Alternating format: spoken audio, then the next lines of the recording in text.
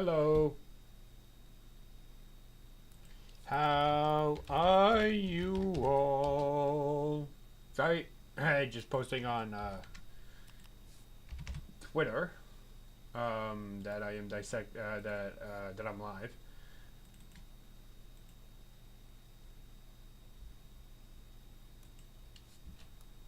and we have a lot, and I mean a lot, to talk about because so much, so much news from many different sources, whether it be the trailers, whether it be gameplay footage, whether it be from the interview Max had recently, Maximilian Dude had with Hamaguchi. We have so much new info about Final Fantasy 7 Part 3 that we basically didn't have before. We hardly had anything. All we heard was soon, soon, soon, soon, soon. You know, it got tiring at some point, but we actually finally got some stuff from the Summer Games Fest, which I figured would, if it wasn't going to show up at the Game Awards, the Summer Games Fest will probably be the most likeliest place. And I knew that the reason why it was going to be there is because of the whole campaign they have been doing with bringing Remake and then Rebirth onto Nintendo Switch 2, as well as Xbox, because they were planning on the multi-platform strategy, essentially. And that's exactly what they did. They announced that it's going to go multi-platform, and I figured as much. Now, one thing I did get a little off was the release date. I thought that even if they announced it at the Summer Games Fest, I thought that a January release date would still be a-okay. That they could still make a January release date. I was wrong about that. I was wrong. But I wasn't wrong by that much because they announced it spring 2027. Now, who knows what that would actually mean? You know, who knows exactly what what month that will be? Spring. Normally with video games, spring will either be between March through May. March through May is usually the spring schedule for a lot of games. Summer usually starts in June, and winter usually ends around the end of February. So we're fully expecting it sometime between March to May, through May. From what I heard, and these are just rumors, these are just supposedly leaks.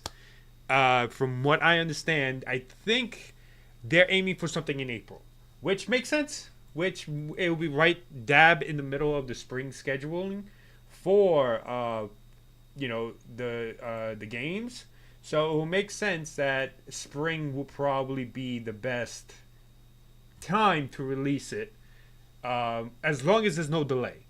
Final Fantasy 7 Remake had a delay. I don't believe Rebirth had a delay. So there is promise.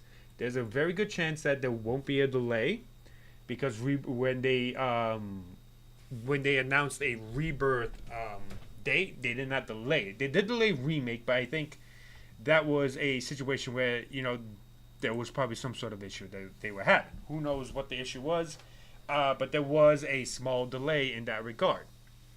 That being said, I do not think there will be a delay for Final Fantasy VII Revelation because they've been working on it. I will probably say they started working on the script for it way, way before Rebirth was even released. Because they had to, of course, connect all the dots. They have to connect all the dots from Remake, Rebirth into Revelation. So they were working on it way before the Remake project even started. So I think that more than likely they started developing the game right after Remake. Because, of course, it did take them a little while to release Rebirth because of they had to essentially create an entire world. But now they have the assets for the world. They had all the stuff. Once they were able to fully develop essentially the entire world, the entire map of Final Fantasy VII, or at least for what they were going to show at Rebirth, more than likely they were also working on the rest of the world. Usually, you never want to, for like, if you're building a world, you never want to just do a portion of it just because you have a release date for one game. Usually, you want to do it the entire world, plan out the entire world, create the environment for the entire world beforehand. So that's why this idea that it was going to be delayed or it was going to go way past like a spring or into like late 2027, I didn't buy it necessarily. Because yes, game development does take time, but game development for, especially for something as big as a trilogy, as big as a project like this, it would usually start way before anything. Red Halo, thank you so much for the resub. I would hide because I'm gonna go into big spoilers. Hopefully you're doing well. Hopefully work isn't kicking your butt. And hopefully you're doing well in One Piece Treasure Cruise. As well as Honkai Star Rail. And Uma Musume, if you're still doing it. I'm in and out. Understandable. Thank you so much for stopping by and for resubbing. I appreciate it. But yeah, when you're planning a game at a big scale like this, you always want to create something that you will have the assets already. You will already start building the assets, even if you're focusing on one game. Please pay something else so I can watch. Tell Rockstar to fucking allow me to make or access my fucking account, assholes. Nah, I will play something else soon. Don't worry. But again, thank you so much for coming by. That's why I wasn't too worried because, like, I don't know much about game development. I can't and will never claim that I ever worked in video game development, nor can I claim that I know what devs go through. I'm just basing it off of being and understanding project management because that is something that I studied in college.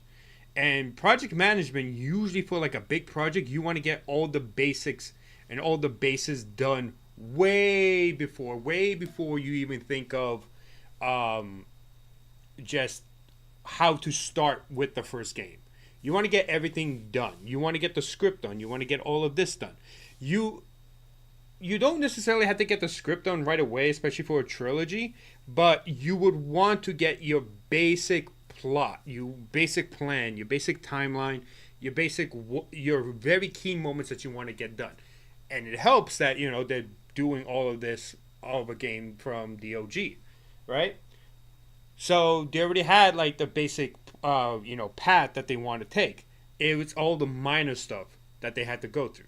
But again, you would normally, for a big project like this, want to have everything to the point that it becomes sort of an obsession. So that's why for me, I never really thought that it was going to go way beyond 2027. I know a lot of people were worried because we haven't seen anything in regards to Final Fantasy VII Part 3 or Final Fantasy VII Revelation. But to me, a lot of the stuff that Hamaguchi has said over the time, he just was just being very coy about it. He just didn't want to reveal anything because they have a set plan. And after the marketing of Rebirth and how kind of bad it was because they announced it a little bit too early. They showed some small footage, that's fine, but they increased the hype for it. And then it took a while for them. It took like months before they showed anything else. And to me, that's a strategy that they use for, many other companies use for a long time. And that's usually always not the best way that companies should be doing marketing nowadays, especially for their video games. Because you're hyping people up, and then when the hype doesn't happen, you're going to get people who are pissed off. You're going to get people who are impatient. You're going to get people who are annoyed when whatever game that you're making comes out and it's not what they wanted. It's smarter, and this is what Nintendo has been doing, it is smarter to not reveal anything until you're very close to completing the game itself. Nintendo has been doing this for a while. I think they learned from Metro Prime 4. and that is that their plan usually is that they never want to reveal anything unless it's 6 months away from coming out. The only game that from recent memory that they introduced or told people about and then took a while for it to come out was Legend of Zelda. But I think with Legend of Zelda, it's one of those games where it's just like, I don't know. I guess it's not. I guess there's no excuse for it either. But for the most part, Nintendo has been doing a great job in terms of marketing, waiting until the game is 6 months away from being shipped out and ready, and then releasing it. Square is doing the exact same thing. Granted, it's not 6 months because if it was 6 months, it would be a January release. But it's like 8-9 months, which is still perfectly fine. I think if you do it less than a year, it's perfectly fine. That means that the game has progressed really, really far. And to me, now that they finally revealed it, and now we know the name of the game, now we know basically a kind of an estimate of when it comes out. Now the marketing can go straight into Revelations, can go straight into not just waiting like a whole year for the next trailer. You could do literally go another trailer in 3 months. Maybe tease something in 4 months. You could make these small teases as you go by. And with Final Fantasy VII Part 3 being a huge game, you could have videos and trailers that tease small portions of this huge game without spoiling anything. You could have you could have videos showcasing the combat. You could have videos showcasing something else that they're going to do that's going to be different in Final Fantasy VII Revelation compared to Rebirth and Remake, And you could show all this stuff, and that's how you keep the hype of the game going without making it feel like people are waiting constantly, and then, it just feels like everyone's panicking. Like, look what's happened with the Kingdom Hearts fandom.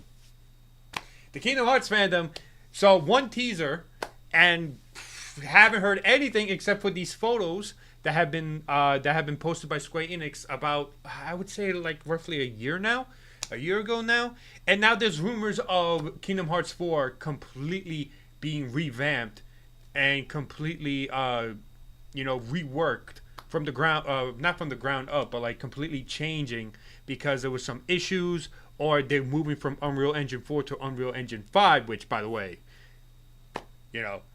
not the greatest engine, considering the fact that Unreal Engine 6 is going to be coming out soon because of how bad Unreal Engine 5 was. But it's important. It's very important that you do not wait too long in order to market your game and create this panic, create this impatience among the fan base, because you need that. You can't have that because people are going to feel worse. They're going to start saying stuff. It's important, which is why, while it did suck that we had to wait this long for Revelation to show anything about it, I'm glad it took them this long. I'm glad that the way they're marketing the game, is going the same route that Nintendo does, and that it's going to be released much more sooner than how Rebirth was, So I think what they're doing in terms of the marketing so far has been really, really, it has sucked, but it's the right move. It's the right move. They learned from the marketing of Rebirth, and they're really focused on getting this game out and giving us a good window to wait for. And that is important. And I think one of the other key things is, of course, that you want to continue this momentum. You have the opportunity, it being a huge game, like I said, to showcase small bits of the game, whether it be a world map preview, whether it be a combat preview, whether eventually down the line the story trailer. This was more of like a whole grand, like a whole thing trailer where they show you bits of the story, where they show you bits of the combat. Just an overview trailer of what this game is going to look like, what this game is going to appear, which we'll watch fairly soon.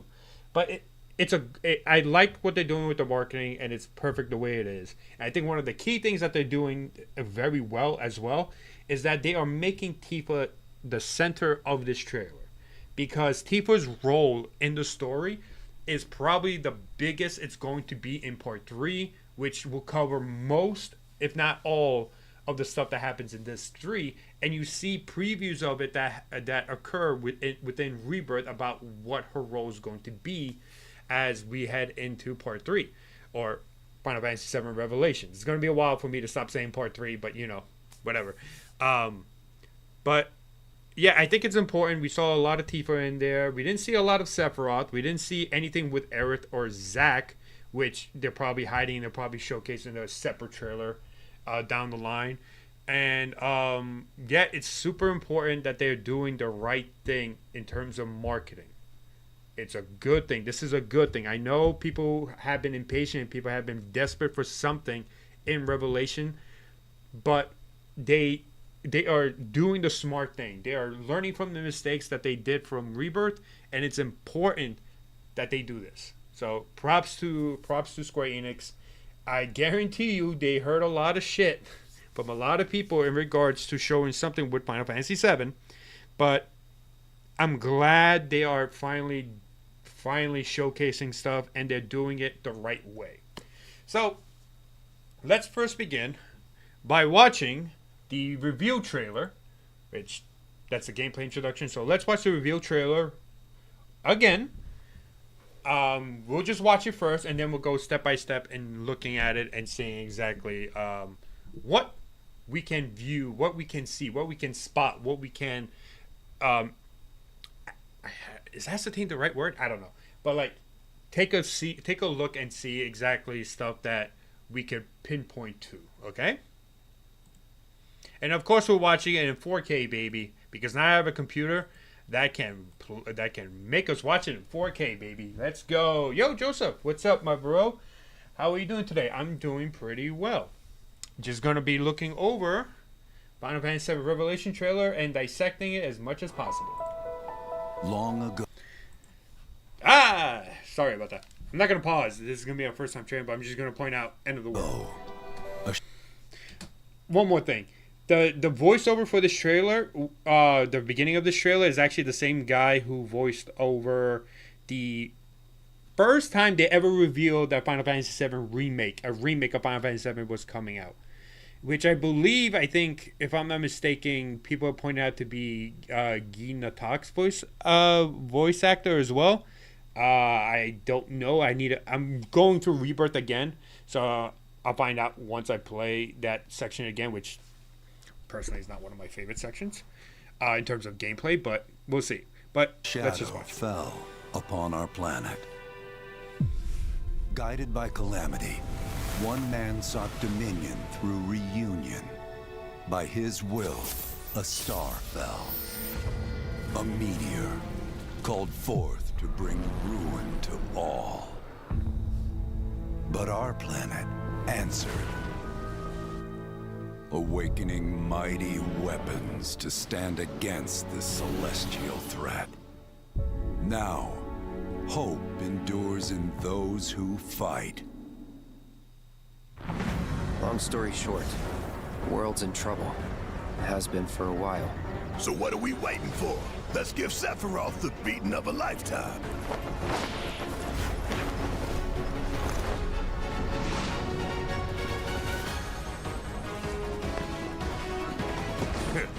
You're mine. I'll make this quick. Good night. The sky's the limit! I can do this. I'll make you proud. Just ain't your day. Oh my, is that a weapon I see? Far as I can tell, these things don't distinguish between friend and foe. Save the planet by killing her protectors.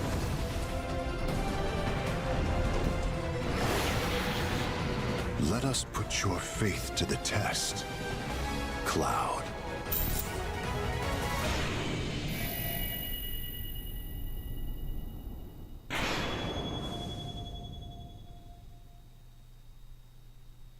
Never would have made it this far without you guys. And I won't let you down. I promise. At last, the promise is fulfilled. The journey ends here.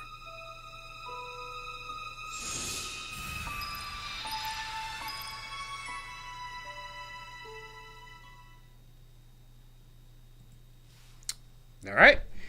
It's been a while since I saw you. I know it has been a while. Hopefully you're doing well. Okay, so a few small things. One, the voice we just heard at the end. Let me see. The voice we heard here at the end. Just a few small things.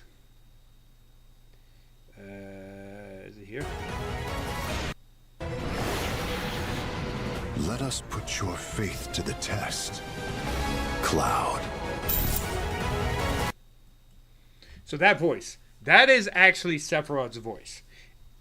You may have noticed that it sounds slightly different.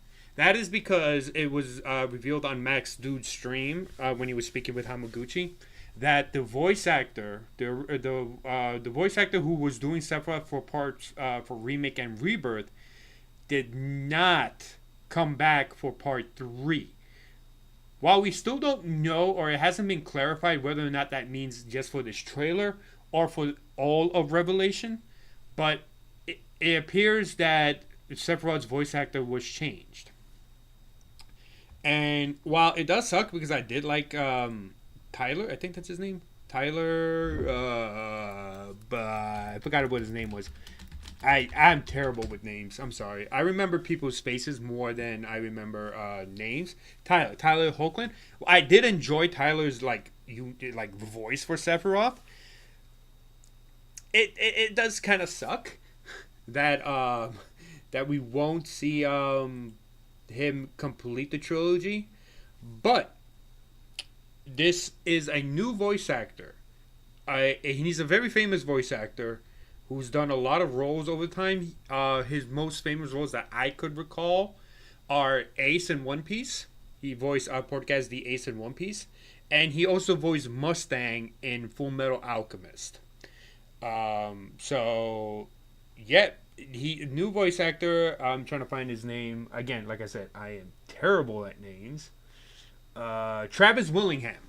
Travis Willingham, who's also part of Critical Role, the D&D YouTube channel, or I think they're way more than a YouTube channel. They're basically a big Dungeons and Dragons community, show, whatever. I don't even know what the right term to even call it is. But he's going to be voicing Sephiroth. We don't know if it's actually in-game or just in this trailer, but he's the new voice of Sephiroth, assuming he does replace Tyler. So it does suck a little bit. It really does. Because I really did like Tyler's voice for Sephiroth. It sound like his voice for Sephiroth was very...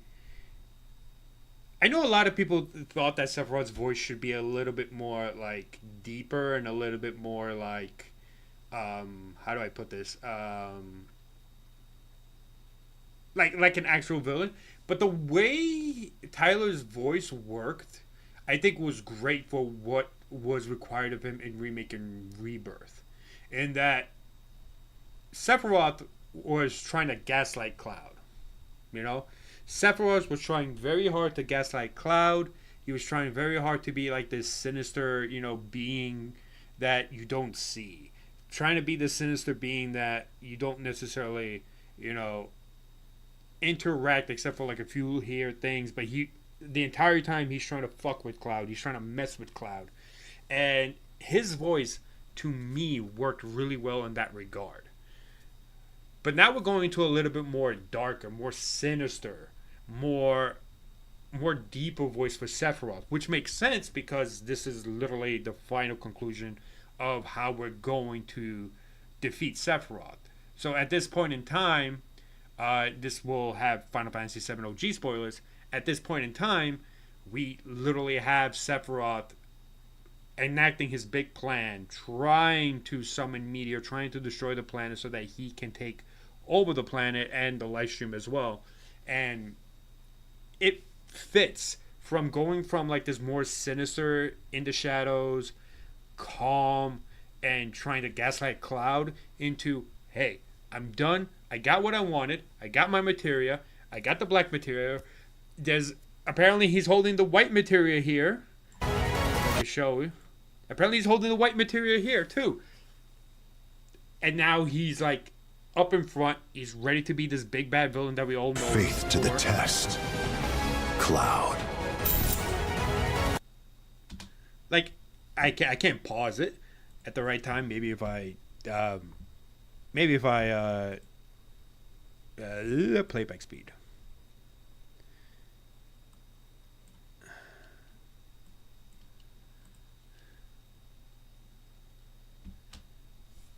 Now he has the white materia, the white materia that summons holy, which is going to be very interesting exactly how this plays in.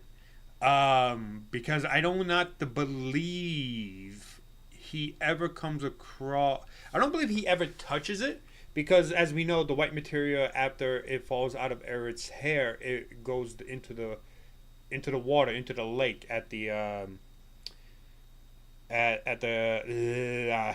man, I am terrible at names. The Cetra Holy Land, whatever.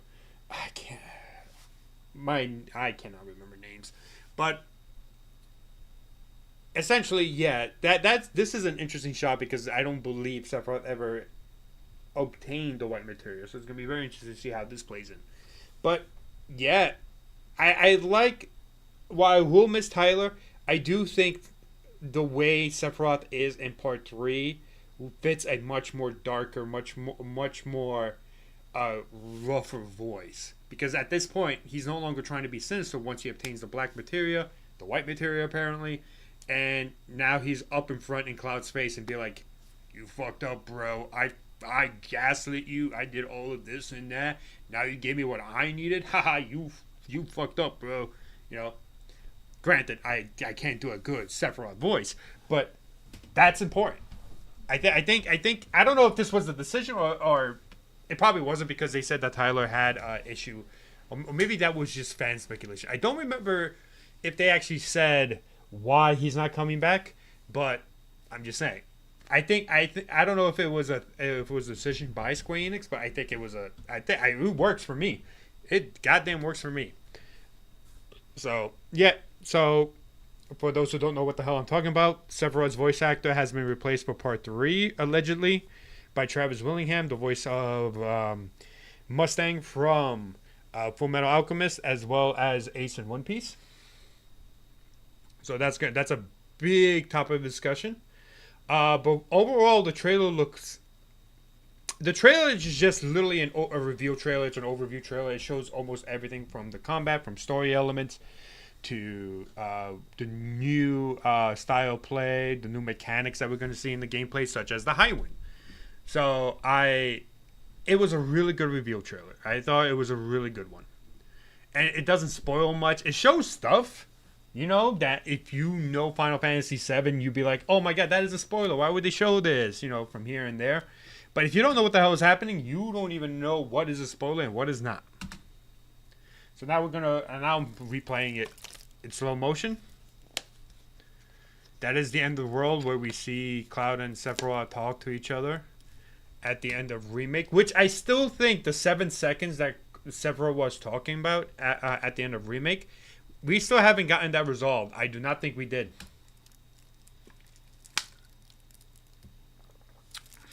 Then we see Cloud.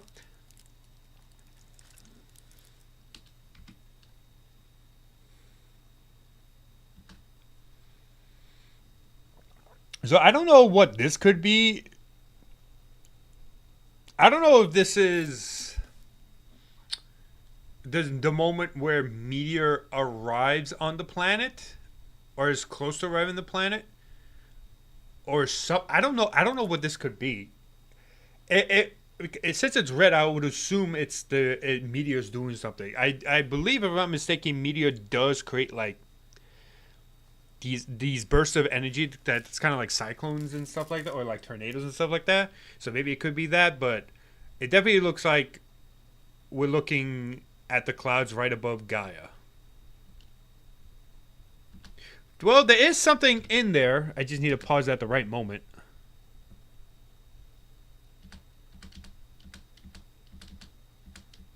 God damn it. I was so close, too.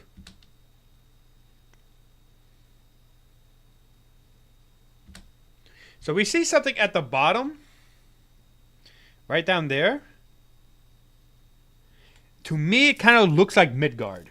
Because it has the same... it looks like a plate itself. You know, with the Undercity and the city above. It kind of looks like Midgard. So I think that's exactly what it is. I think we're looking at Midgard getting destroyed as the meteor is getting closer. That, to me, that's what that looks like.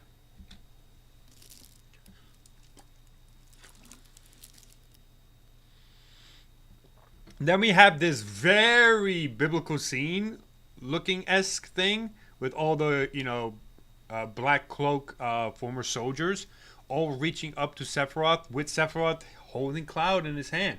To me, I don't think this is an actual cutscene that is going to be played in terms of like a story cutscene.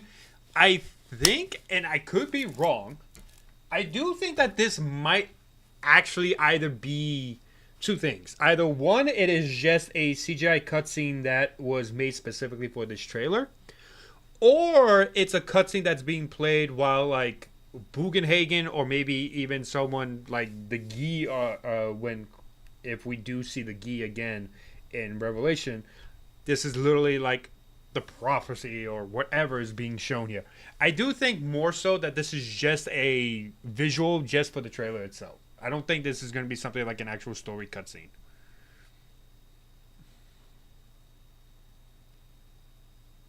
Because the way they're describing it in this trailer, it just seems like someone's narrating over it, and it's just like the narrator's just trying to showcase what happened, like just talking about what happens in the OG. I know probably some people are going to use this as like proof that that the remake project is a sequel, is a time travel thing, or whatever type of theory that they probably have. I don't see it because everything that's being described here is literally what happens in the OG, and I know, well, that means that Sephiroth knows what happens, this and that. There's just too many inconsistencies to have that doesn't fit that theory, which is why I don't believe in it. There's just too many inconsistencies. And I just don't view it. I know people will probably use it. I just don't see it. To me, it's just a narration of the OG game. He's so handsome. He has Cloud over there, who's just chilling in his arms. All right. Like, that could be it. That this could just be a visual thing that maybe Cloud is seeing. You know, maybe this is just like a visual thing. Maybe Rufus is seeing this, because we know Rufus is getting affected by the live stream as well, or Genova's influence. So this could also be something that Rufus might be seeing. You know, you never know. I just do not see this as anything more than just a narrative cutscene.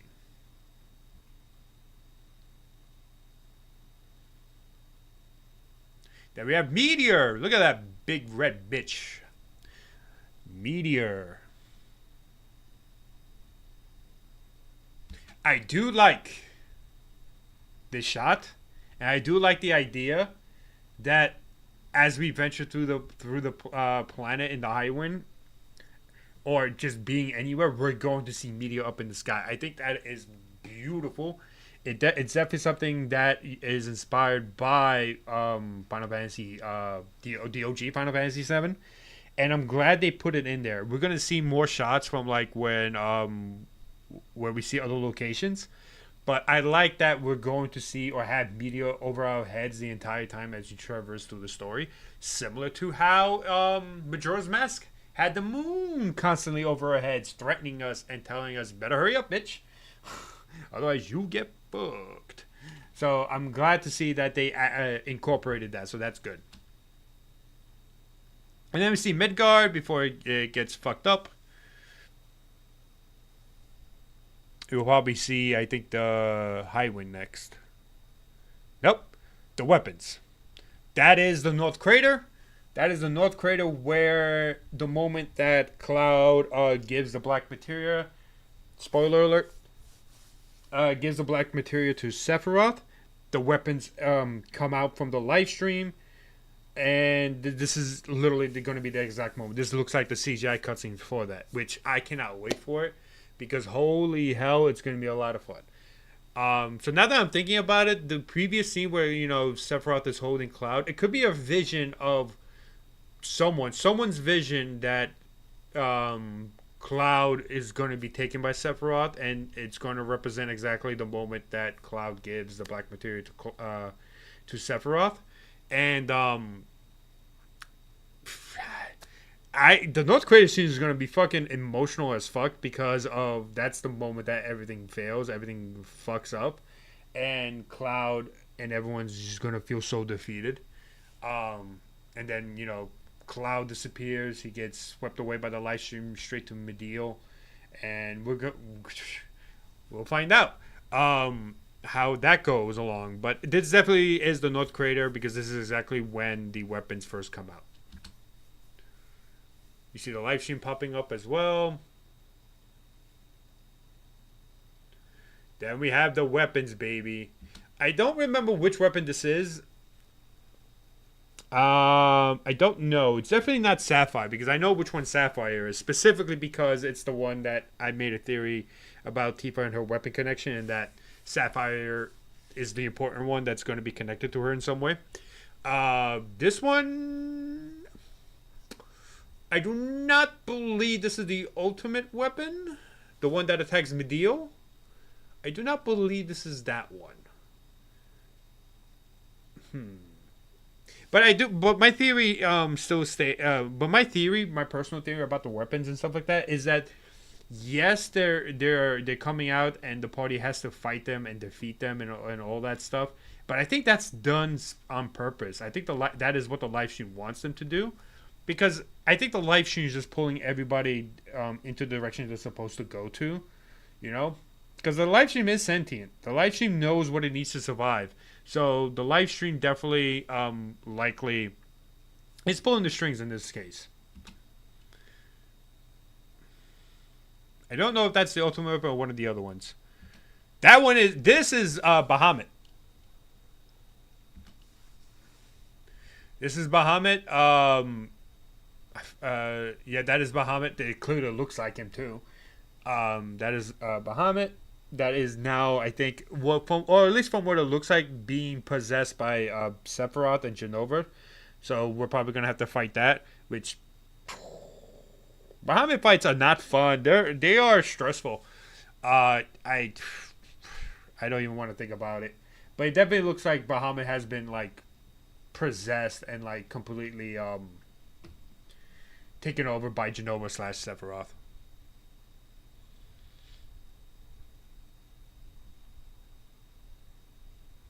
So this is this has to be the North Korea, because it looks very, very similar to the region from the OG. It's very well possible this could be the ancient city as well, but I will bet my money on the North Crater, especially with the Aurora Borealis in the back. That will make a lot of sense, because the North Crater usually is where it's the most northern part of the world.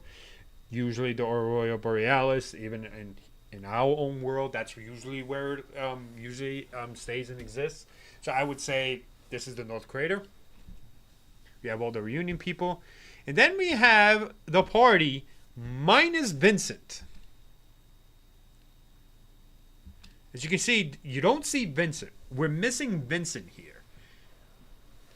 This leads me to believe either two things. Vincent went ahead to do recon, or two, Vincent leaves the party for a certain period of time and then later comes back during the North Crater, or maybe after the North Crater. So that would really be the only explanation why Vincent isn't here. I don't know if they're going to have Sid and Vincent playable at the very beginning. It's very well possible that they don't, and that we eventually play with Sid and Vincent later on during the game, which I know will upset a lot of people. But I don't know. There's just something weird that Vincent is not here. That my best two reasons is either he went ahead to do recon, or he's not available at this time because he went off to do something else. And remember, on the path to the North Crater, Vincent, we do meet.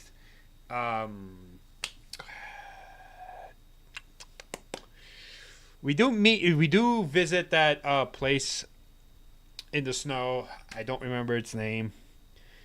Where we also learn about Lucretia and everything that happened with Professor Gast as well. So it's very possible he stayed behind there. I think it's very well possible. I think Sid will probably be playable in the very beginning of Revelation, unless they don't go straight to the North Crater. Maybe they go straight to Rocket Town. I could see that as like being the first place that they go to, followed by the North Crater, because he has to do repairs to the ship, and then that allows you to then go back to Rocket Town a second time, rather than at some point, in the middle of the story you go back to Rocket Town twice. I think that is very possible, and then Sid becomes playable around that time. But yeah, no Vincent. I'm very curious to see exactly what the explanation is to why he's not there. Hopefully it's Recon, because I would love to play Vincent straight away. Then we see everybody looking at the North Crater. They all look great, though Tifa and Yuffie look like they're cold. Cloud a little bit too. Models look fine. I think the models look just very similar to Rebirth.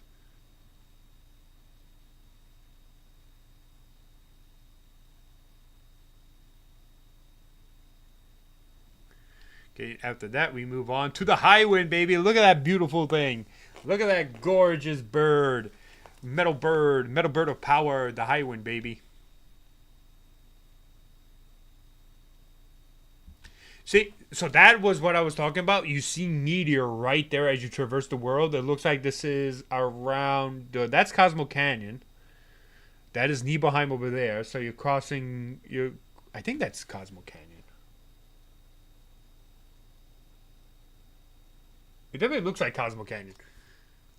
Granted, it's red. It could be somewhere else, but I think that looks more like Cosmo Canyon more than anything. I think that is the telescope. Although I don't know, you normally would see the telescope even from this far, but that's not the point. The point is, I love that they have Meteor right here, just towering over you, looking so menacingly at you.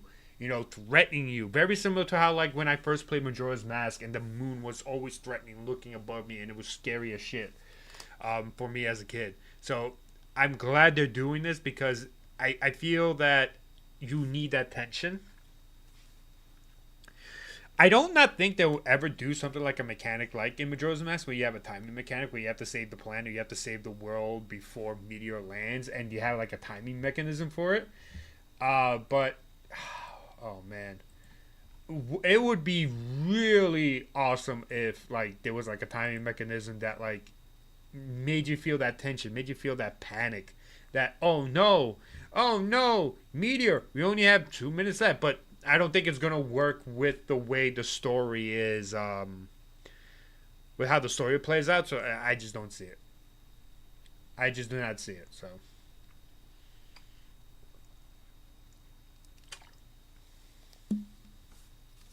So, pretty cool, pretty interesting. I really am happy they decided to do it this way. So, I mean, it's the same thing as the OG. The OG also had that same thing. It had that menacing feeling of Meteor, staring down at you as you try to, try to save the world beforehand. But I'm glad they're keeping that in, because I thought that would be perfect for the game. Give me one second. I'm just trying to find music.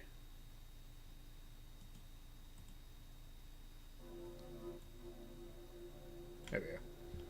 Hopefully it's not too loud. Yeah, okay, perfect. So I'm glad that Meteor's up there.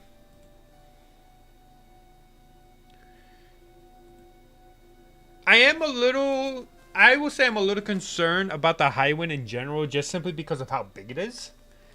To me, it's it wasn't as daunting as the OG because at the time the graphics weren't that amazing, so it didn't feel that daunting to fly around the world because you also flew around on a boat and the submarine we still haven't seen yet, and I forgot what the Bronco.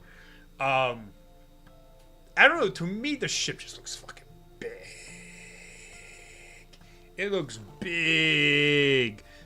So I'm a little worried of how could be a possibility it plays a little janky. So that would suck. I really don't want that to be the case. But they did say they worked really hard on trying to perfect the high wind. So I'm glad that their focus on making the high wind a big new mechanic in this game is perfect.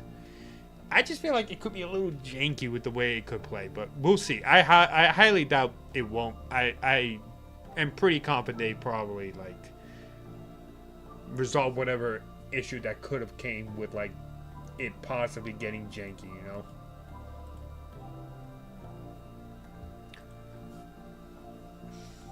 But don't get me wrong, it looks fucking great. It looks fucking amazing.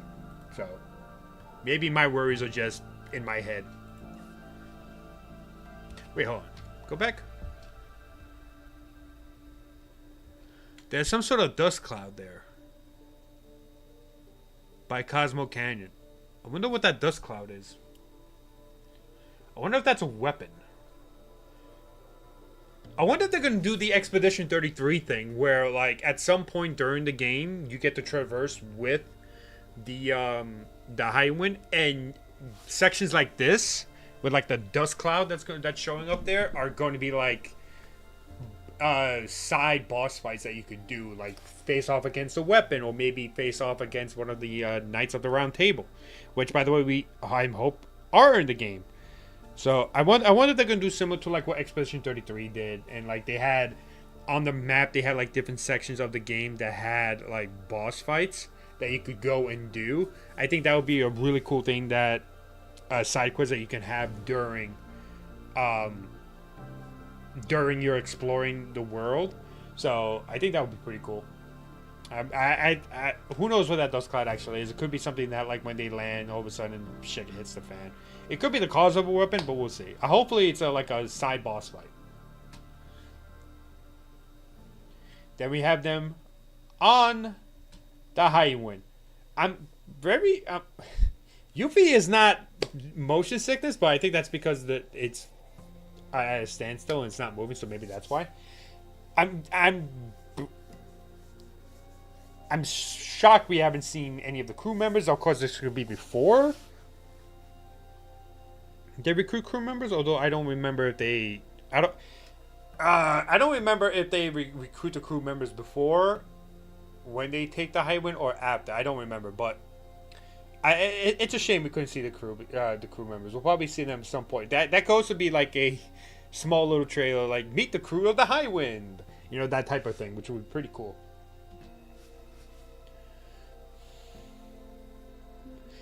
Tifa's eyes, I will say.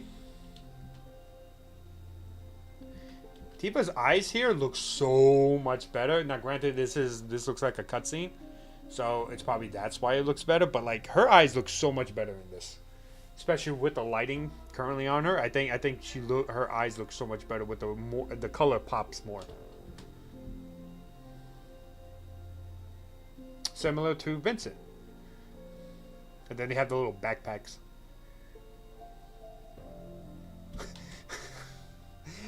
Okay, my question is, how does Red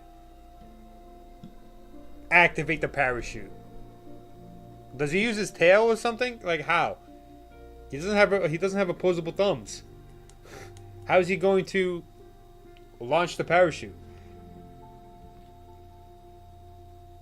And of course, Vincent, being the fucking eccentric character that he is. Of course, he's diving fucking feet first, he's diving into that's not even how divers even dive. He's just fucking feet first. He's got to be so extra about it. Fucking love Vincent though. So extra, I swear to God. Then we have Cloud, and then this looks like actual gameplay, which will show you exactly how we will descend from the Highwind into wherever we're gonna go. And it's clear as day that they decided to take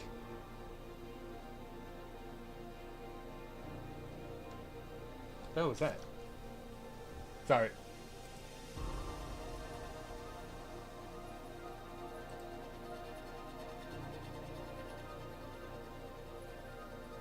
Oh. It's an ending thing. Sorry.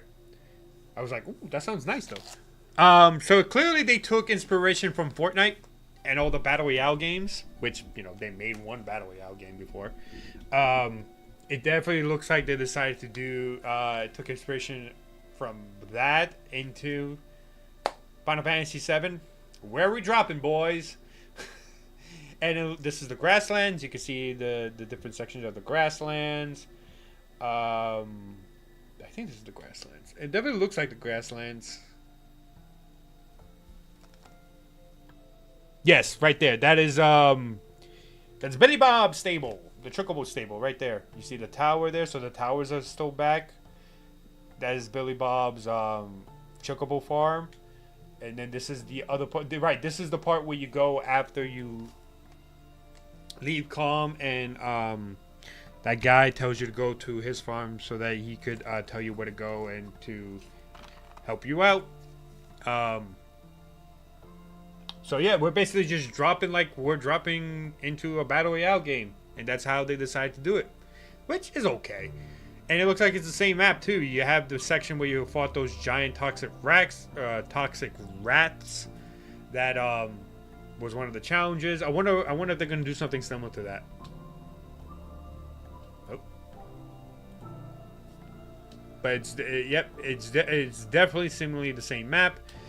So now we're looking at our first new location, the Archipelago, which I believe they actually did announce that this is the Archipelago, which is where Mideel is. And Mideel plays a huge role in Part 3 because of what happens in Mideel. I will try not to get into it because I know some people don't want to hear it or spoil it, but this is clearly going to be Mideel. They're going to make it a section, which of course, and I'm very interested in the fact that we're controlling Red 13 here. Which tells me that they're going to allow you to control whatever character you want. Similar to how, like, after you beat Rebirth, you then get the option to, like, control... No.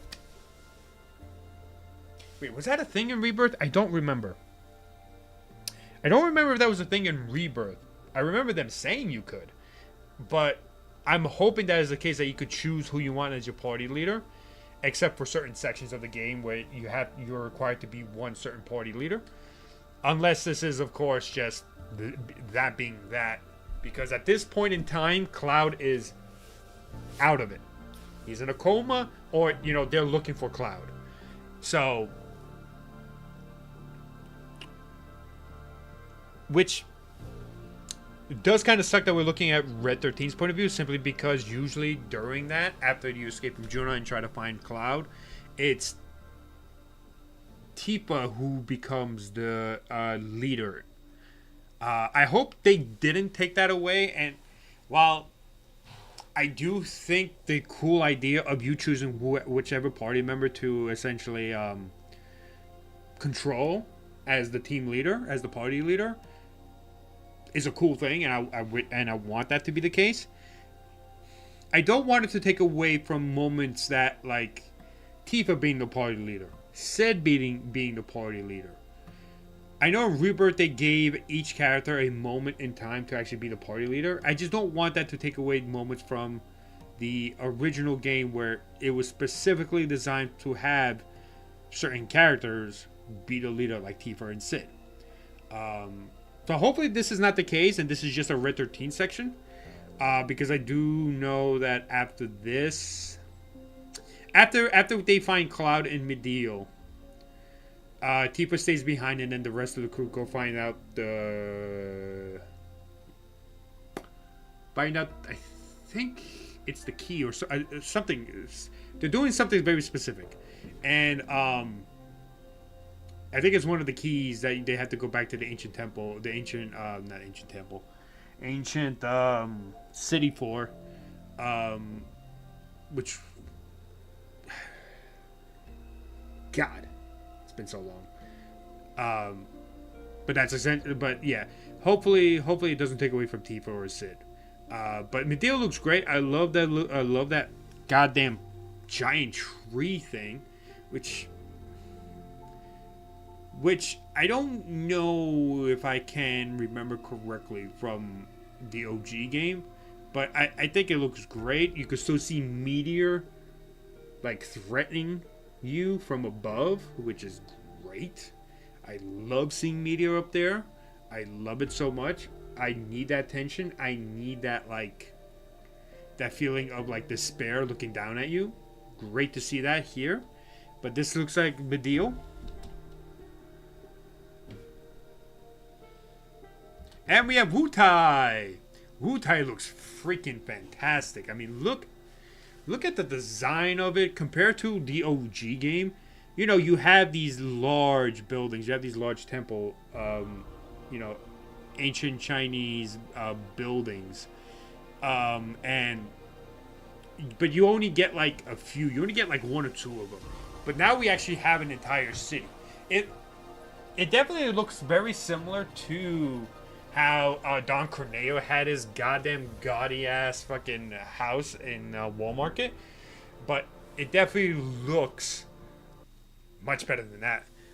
But now we have a full city. We have a full city of Wutai, which is going to be so much fun to explore. And it looks like we have Yuffie as the leader for this section, which makes sense. My question is what kind of things we're going to be doing in Wutai. There's a side story that is very skippable in Wutai that you don't have to do.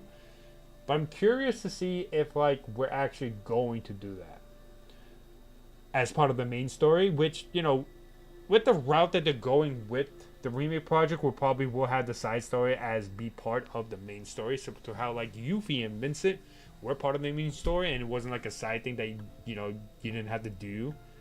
So it's gonna be very interesting. Likely going to have to deal with the whole thing that they're now doing with like Glenn, and Wutai's war with Shinra, and whatever Glenn's role is. So we're probably gonna have that kind of revelation there. And also with, you know, Yuffie and her dad. So it's going to be very interesting to see what they do in Wutai. You have Kate Sith over there running. I mean, look at that. Oh, the turtles. I mean, look at that. God damn, it looks so good. Oh my goodness gracious. Oh boy, I can't wait to climb all those mountains. I can't wait to climb those mountains. I will say some of the models look a little rough. Some of the models look a little rough, but again, this is just footage that they probably haven't touched up on. Like, they haven't touched up on certain stuff. And then we have Vincent gameplay. Oh, boy. I was wondering how they were going to do Vincent gameplay, but it's clear, to me at least, that the way they're going to do it is either two ways. Either it's going to be very similar to Red 13's Vengeance Gauge, where, like, you fight as, you know, Vincent, normal Vincent, and the more attack, more damage you do, the more stuff that you do with Vincent, the more the gauge builds up, and then you could turn into his beast form. But he looks just so cool. Like, his gameplay looks so much fun. Like, look at that. And then that's his beast form. Now, granted, this could be his limit break as well. This could just be like his limit break, but I hope it's not. I hope it's like a gauge thing. We saw in like a gameplay trailer, it might be in this trailer as well, that there is like a gauge that that is shown. It's like a red gauge, similar to like how when you do when you unlock, not unlock, but when you use Vengeance on with Red 13 and then Siphon Fang, they have that red bar as well. So I think it's going to play very similar to that. But god damn it, I can't wait to play as Vincent. Like, oh my god, look at that. Oh my god, Gunslinger and kicks. Oh my god. Oh, that is by far one of my favorite fighting styles, Gunslinger and kicker. So, oh man, uh, he's gonna be so much fun to play. Hey, just Andy. Thought you didn't miss the stream. I'm still going. I'm only an hour in. I've been having a lot of fun talking about Final Fantasy VII Revelations. Dude, that is like, I don't know if that's like a finisher or a like, or I don't think it's a limit break, but it definitely looks like some sort of finisher. Now, granted, I do think that Vincent's limit break could be turning into his beast form. I don't think it's going to be anything essentially, you know, that you could transform at any time, because if I recall correctly, I don't think you could turn into his beast form unless you have a limit break. But I think it would be cooler to actually have the ability to turn into his beast form by just filling up the gauge, you know, based off like the amount of damage you do, or maybe based off like just something. And they're just leaving it to limit break. I hope that's not the case, but it could very likely be. Have I seen anything crazy about part 3 yet? Not necessarily anything like too crazy, just stuff that I've seen people on Twitter and stuff and talk about, as well as just watching the footage back and forth several times to just check out everything, you know. Now we have Sid action. Now, I'm very curious about Sid, because is he a blue mage? They did say he was very tanky. At least that's, he said something. I think what they said in the trailer was that he's very tankable. But I'm very curious, like, is he able to summon like these sprites? I guess is the best way to put it. Like, summon these sprites like a blue mage. I wonder if like that's who he is as a character. Granted, this could be his limit break.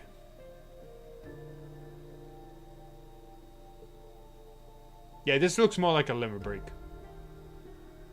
And then we have Tifa's new outfit. So, this outfit is more than just, you know, a stylistic choice by the Final Fantasy VII devs.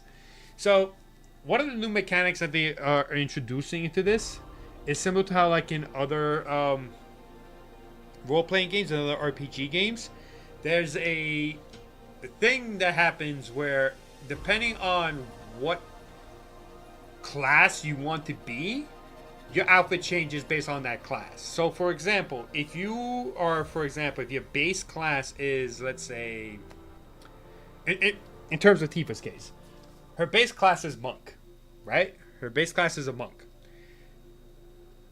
When you change her class to something else, her outfit would change. That is something that is very common in a lot of RPGs. It seems like that's what they're doing here. That they're not only introducing materia, they're not only introducing synergy abilities, but they're now introducing new class elements. So, I think it's pretty cool that the outfits will change based on what class you're going to be. This is apparently her black mage outfit. So, her being a black mage is great, because now she's able to use, you know, spell abilities, which, you know, with the absence of Aerith from the party, you're gonna have to find a way to introduce healing, introduce more black mage arts and stuff like that. So that's how they're fixing the issue. That's how they're going to resolve that, by giving each character 4 classes in total, according to Hamaguchi. 4 classes in total. One of them being, of course, a black mage for Tifa.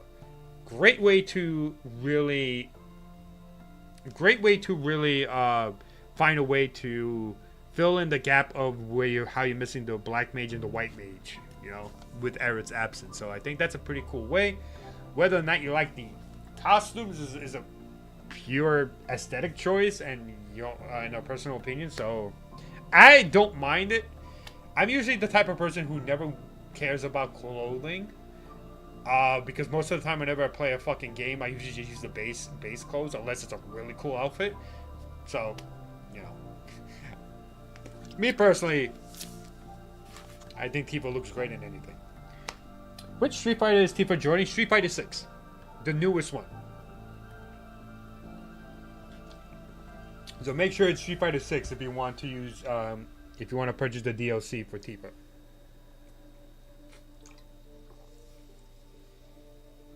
But it's very likely that Tifa is not going to join until the last character.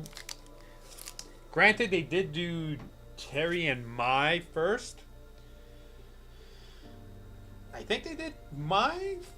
I know they did Terry first. I think Mai might have been second or third. I don't remember. But she's either going to be the first or she's going to be the last member to join, and you could buy her separately from the other characters, which is what I'm planning on doing. I hope she comes out first. That would be fucking amazing. But we probably won't see a new character in Street Fighter until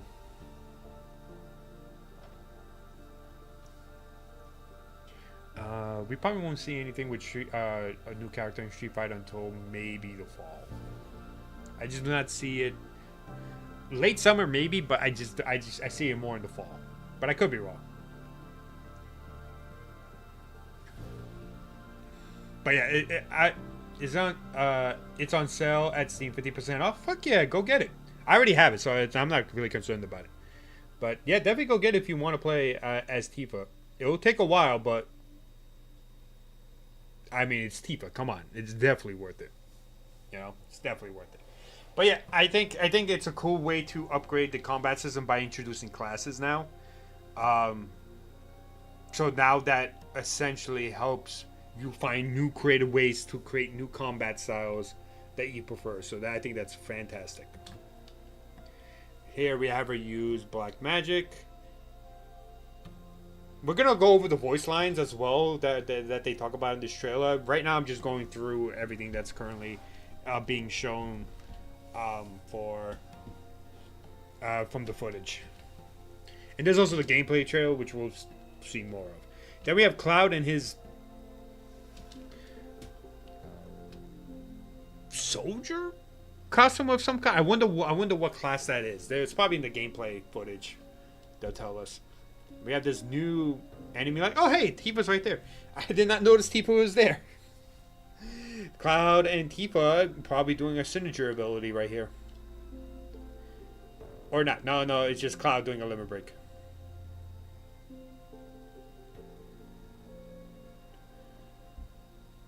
Then we have Shinra trying to attack the weapon, because clearly Shinra wants the weapon. They want the big ass materia. And now this is the weapon, because apparently it seems like this weapon's in Mideo.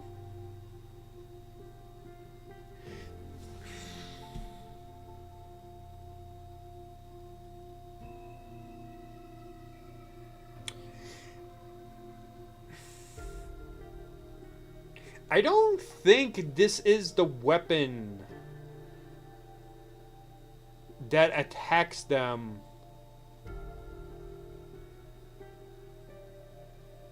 That attacks them at Mideo. Because I don't think that's the ultimate weapon. Because the one that attacks Mideo, I believe, is the ultimate weapon, no?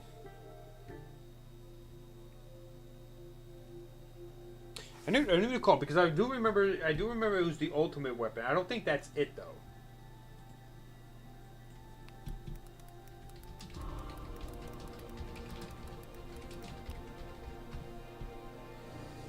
The creature that attacks the town of Mideo in Final Fantasy VII is the ultimate weapon, sometimes referred to as the Ultima weapon.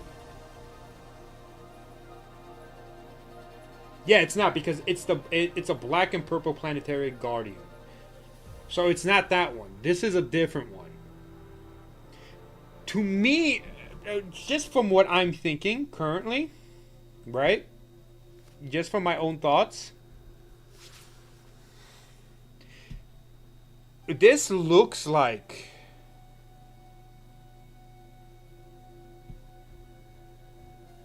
this kind of looks like the weapon that saved Tifa and Gongaga, which tells me that this, I think, is Gongaga. Granted, it doesn't look like it because it does look like there's tropical fruits, tropical trees there, which is more of like an archipelago thing. But to me, I think this could be that same weapon that saved her. And this is the second form before the final form.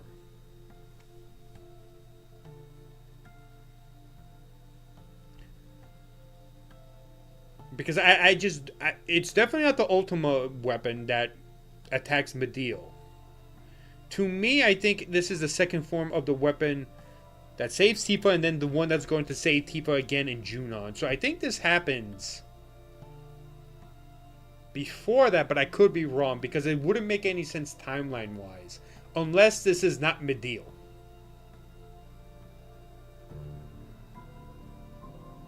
I do not remember if there's any tropical trees in Gongaga. We're very close to Gongaga on our Rebirth replay, where I'm trying to get all the achievements, so we'll see if there's any tropical fruits there. But it's very possible this is in Gongaga.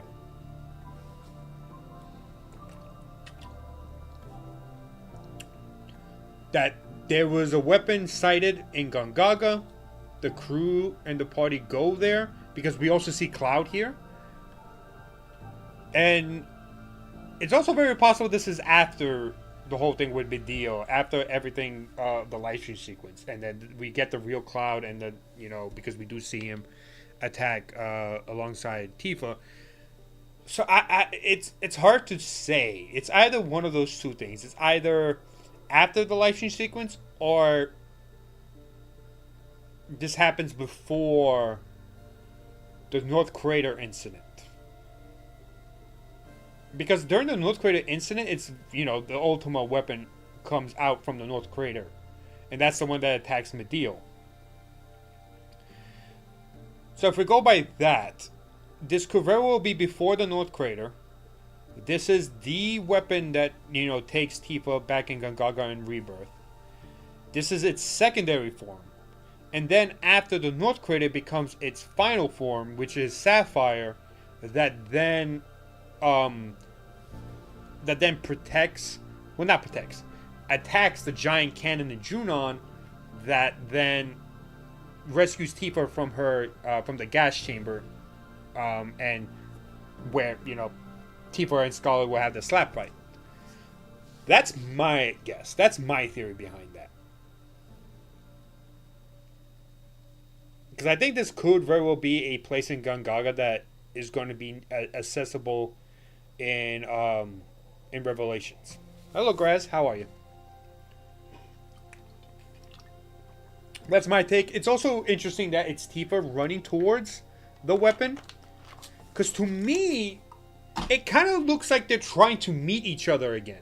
Like, Tifa sees this weapon and she rushes towards him. You know, granted, in the trailer itself, they do talk about how, like, they have to attack and destroy the weapons themselves to save the planet, essentially. I don't know. This kind of gives the vibes off of, hey, Tifa recognizes the weapon as the one that saved her. This is the one. This weapon is actually trying to go for Tifa again, or try to, you know, connect with Tifa in some sort of way. And this is them trying to meet each other in Gongaga again. And then after this, likely what happens is that it escapes and then becomes Sapphire because it transforms to its final form. That to me is my prediction. That to me is my theory. I don't know if it's true or not. But that's what's fun about theories, you know? So I'm very curious to see if this is like its third form. Because it doesn't look like any of the other weapons that we know and see, you know? This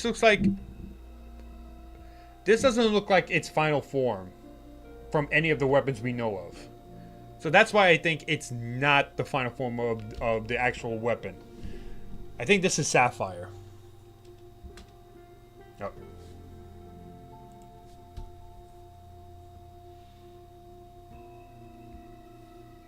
Oh, never mind. She does attack it. So it is one of those situations. But it doesn't seem like it's the final form. So to me, I don't think it's the final form. Then we have this.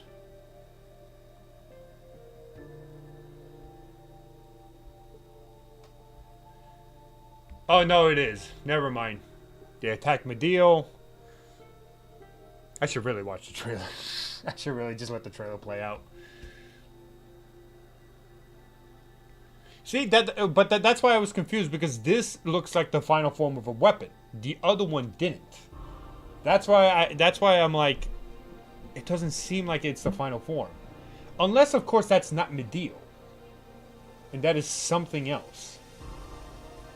Because that looks like the final form of a weapon. That is Bahamut.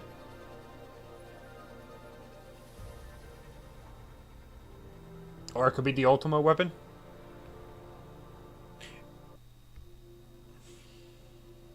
Then we have the gang all up in the high wind. They all look great.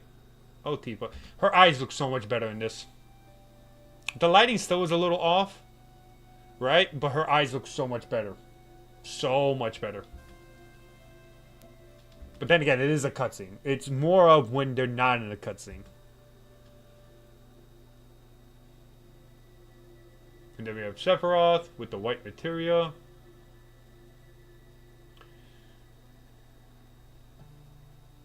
We have the logo.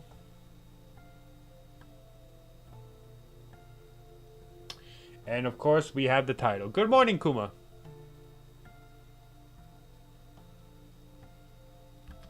I also like how Revelation is essentially how Revelation comes in. You see how Revelation slowly moves the letters into completing the actual full title?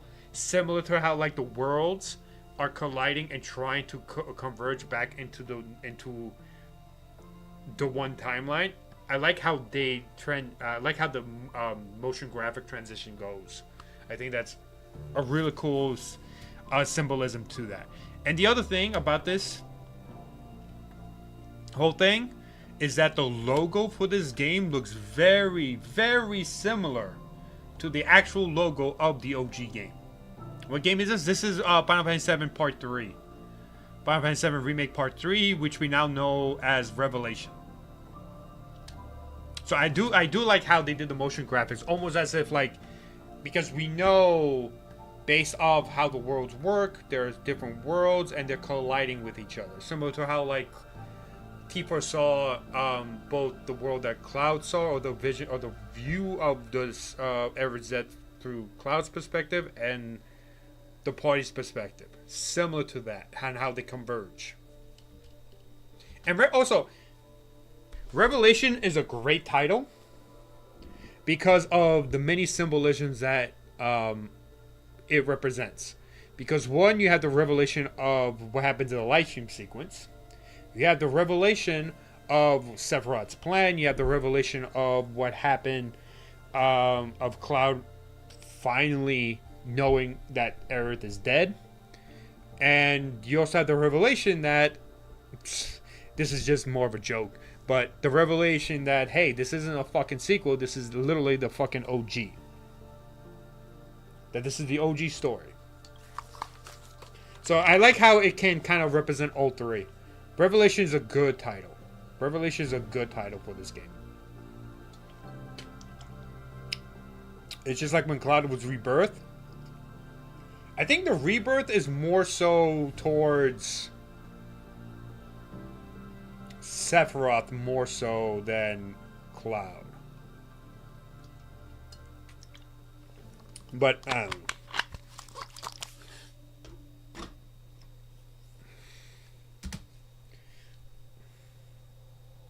then we have a few more shots at the end.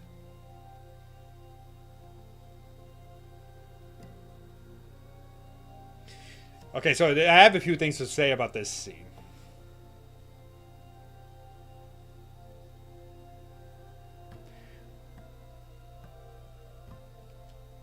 We have the Whispers. We're in the ancient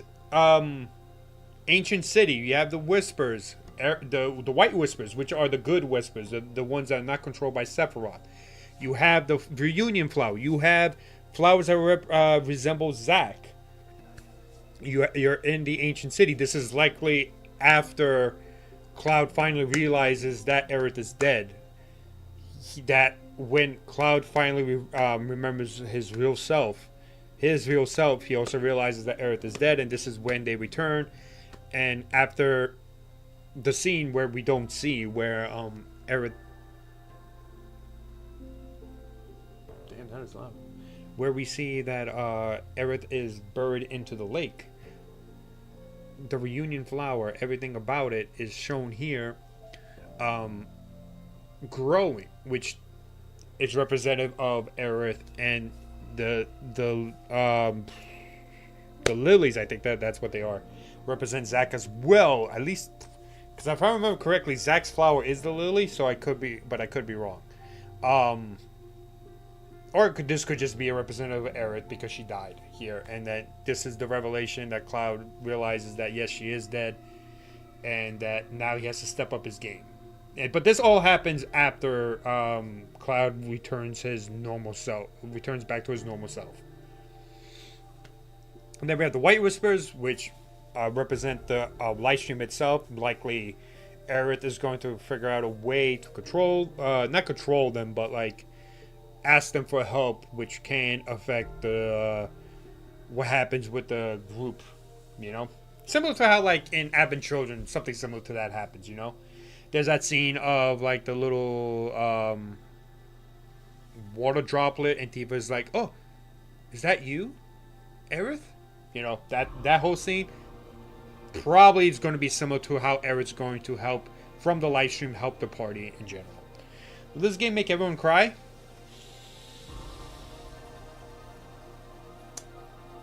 Honestly, I think the most emotional scene from this game is going to be the live stream sequence, and I think that's probably going to be the scene that's going to make everybody cry. Cloud being rebirthed as a chocobo? No. He already is a chocobo. Look at his hair. One other thing about that scene is the dialogue, which we'll go over in a bit. I think next is Spring 2027. You hear that, Kuma? Next year, baby. It's also very interesting that the color of the date looks very much like the lake. The lake scene can also be very emotional. I think the lake scene will also make people cry because at that point, that's going to be when Cloud realizes that Aerith is dead. So we're going to have that cutscene happen. And then we have that whole thing. Alright, so yeah, that's basically everything that I wanted to talk about in terms of this trailer. Visually. Now let's listen to the audio. 27, you are not 27. You are 40.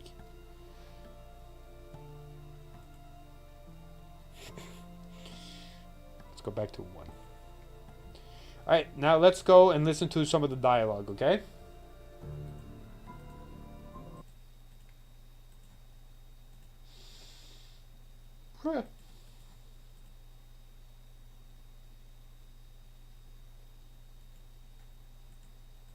Oh, by the way, small little side note. Go New York, go New York, go. Go New York, go New York, go. Knicks up 2-0, baby. 2 more wins and they're fucking finally NBA champions since 1973. Let's fucking go. Very close game, but I am super happy that they won earlier today. So 2 more wins, baby, and New York ceases to exist. The amount of revelations that people have. Yes, the amount of revelations people have that this was not a sequel. That this was literally just a retelling of the story with additions. That's going to be the revelation that people are going to have. That it's not a sequel. It's not a multiverse. None of that is true. Someone trying to use the flowers again? Of course they are. Except the only problem is that Aerith is still dead. Because you don't see her at all at any point in time. Granted, they could be hiding where her role is going to be. But then again, it doesn't seem like she's going to be alive because they're following exactly the OG story. Is my camera dead? Where's my camera? Yeah, my camera's dead. Did it die? What happened?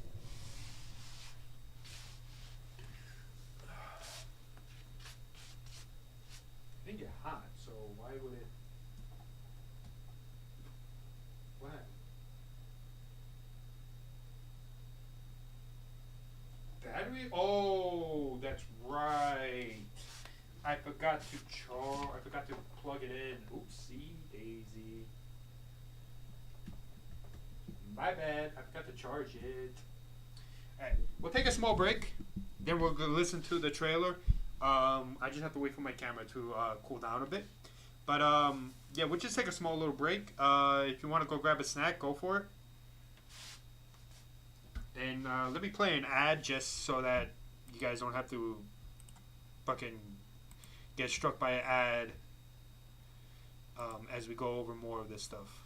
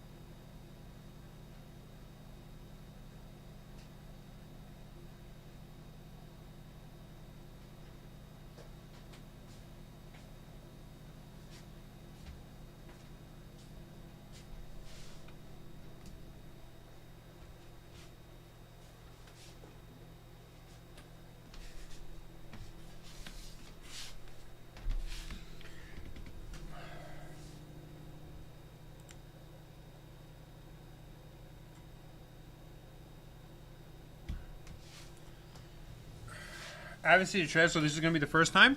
Gotcha, fam. Update might broke the PC version of Reaper. Did it? It was working fine for me. What? Or is there a new update?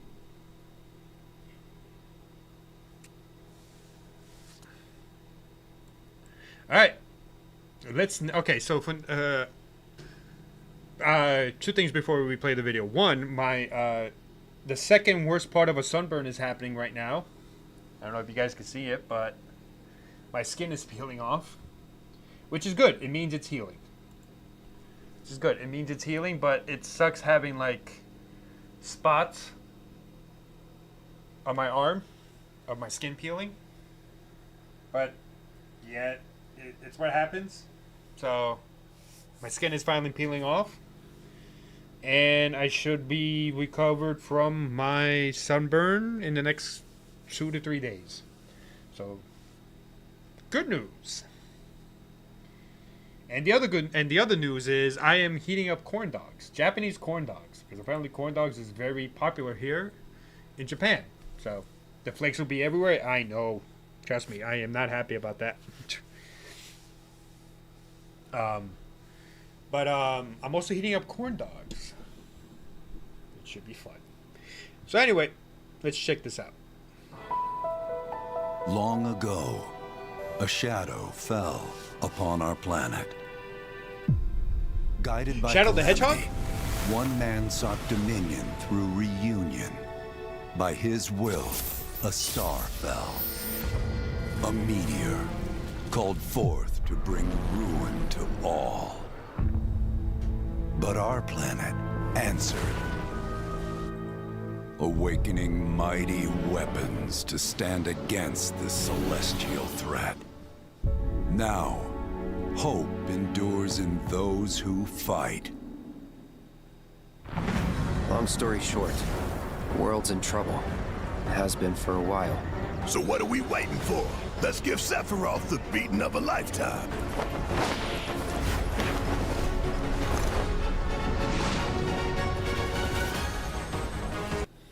I love Vincent. He's just so extra. He's just so extra. Ugh, I love Vincent, man.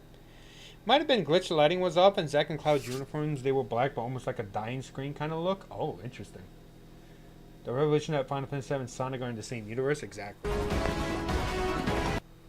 Technically, Cloud and Sonic have met in Smash Brothers, so that is a canon event. You're mine.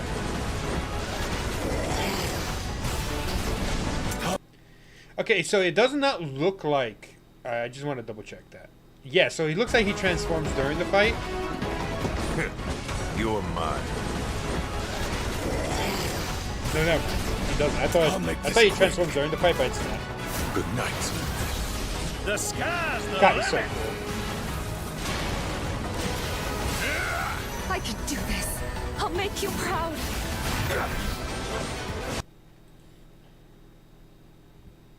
Oops. My bad. My corn dog is ready. Sorry, my bad. I didn't realize I had the thing. Anyway, for you, Kuma, here you go. Watch it. Long ago, a shadow fell upon our planet. Guided by calamity, one man sought dominion through reunion. By his will, a star fell. A meteor called forth to bring ruin to all. But our planet answered, awakening mighty weapons to stand against this celestial threat. Now, hope endures in those who fight. Long story short, the world's in trouble. It has been for a while. So what are we waiting for? Let's give Sephiroth the beat. Okay. That is key. Sorry for stopping because I know you were watching it, Kuma, but listen. Long story short, the world's in trouble. Long story short, world's in trouble. Who do you guys think Cloud is saying that to? I will tell you who he's saying that to. He is saying that to the party. After the live stream sequence. After he reunites with his entire party and apologizes for the person he's being. And they discuss what they need to do next. That is Cloud discussing with his party after the live stream sequence when they first discovered, when they find out who, when he finds out, not find out, when he becomes his real self. And the reason why he's saying that, you know, the planet is in danger and stuff like that, long story short, is because likely during the live stream sequence, both he and Tifa find out exactly what is happening. What Sephiroth is doing. which tells me that there's going to be some sort of revelation during that. In my opinion, at least that's what I think. Where that dialogue is, to me, it just fits that being he's talking to them. Has been for a while. So what are we waiting for? Let's give Sephiroth the beating of a lifetime.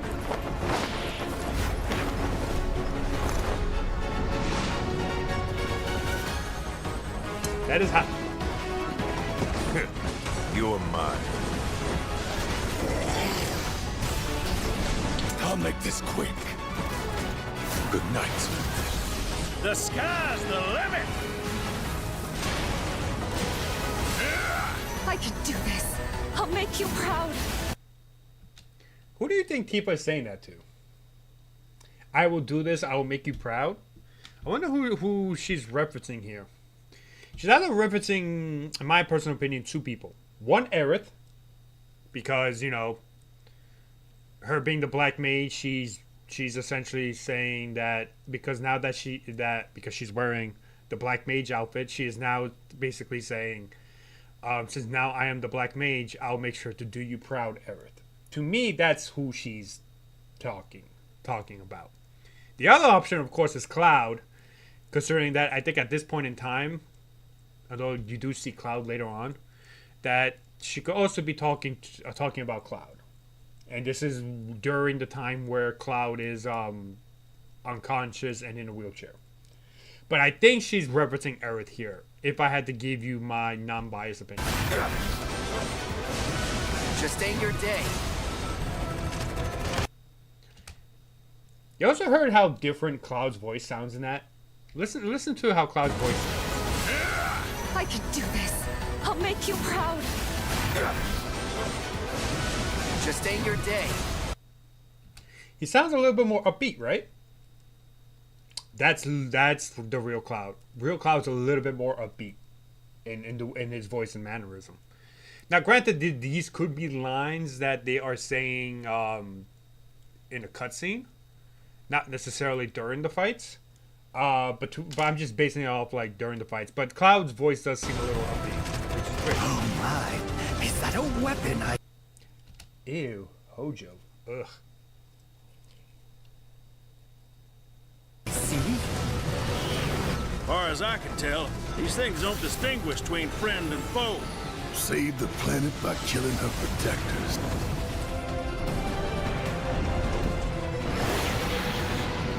Let us put your faith to the test, Cloud.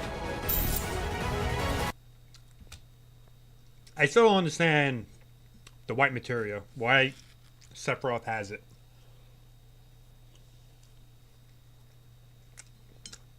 But let's listen to what Sephiroth Your says. faith to the.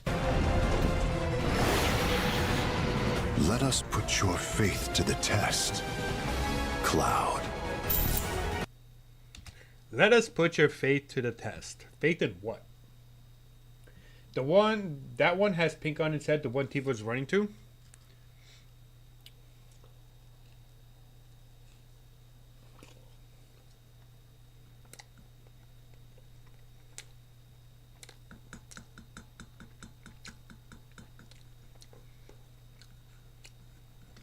But that's not the one that helps Tifa, though, right? Wait, is the pink one the one that helps Tifa?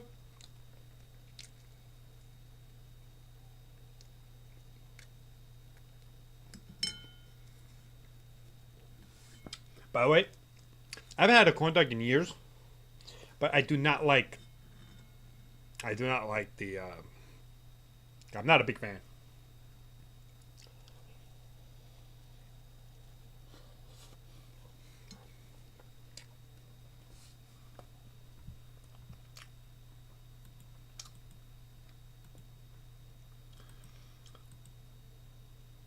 Well, there's a pink. Well, yeah, the blue one. Hold on, I actually have the footage right here.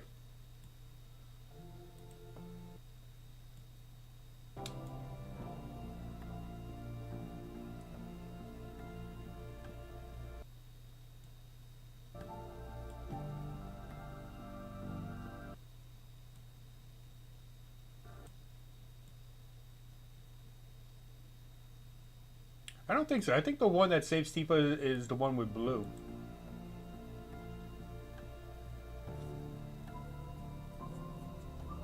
not the pink one. Yeah. The pink one. Yeah, it's not the pink one. It's the blue one that saves Tifa. It's not the pink one.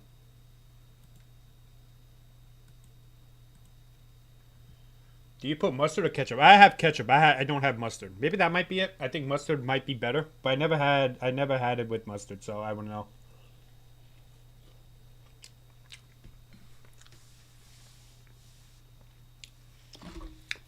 Yeah, it does have pink on the top of the head, but my opinion is still that that is not the final form of the weapon. And it's very possible that's not Mideel. Because usually with trailers, they would always cut video and trick you as well in terms of that. So for the moment here, friend and foe. Save the planet by killing her protectors. like this doesn't necessarily mean this is Mideel being attacked. Distinguish between friend and foe. Save the planet by killing her protectors. These things don't I mean, that does look between like it friend because and you see foe. the beam. Save the planet by killing her protectors. There could be it. I could be just completely wrong. I don't know. It just doesn't look like a completed weapon. You know? It just doesn't look like a completed weapon, in my opinion. That's why I'm, like, confused as to why it's in that form instead of, like, a completed one.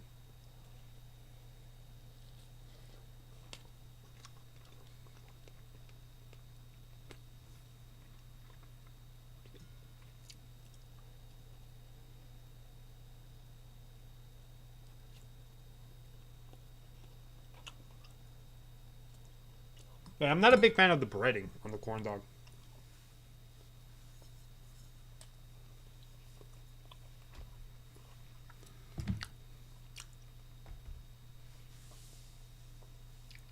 Tifa is in the blue one in Rebirth, yeah. Could be a different weapons. They might add more. It could be. I just don't see that as like a full-blown weapon because compared to fucking this, All right, as I can tell. compare this one to fucking this one. That looks like a full-blown completed weapon. And this looks like it's in Mount Coral. That's why I'm thinking like the one that we see here, this one, this is its second form. This isn't the full one. That's Sapphire, I believe. No, the one that's Sapphire. I just realized they didn't even show it here. The one that's Sapphire. Not Rebirth.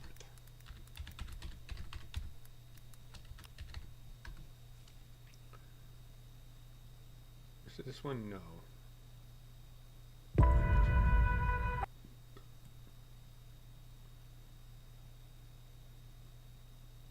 It's this one. Which, God, it's not going to show, is it?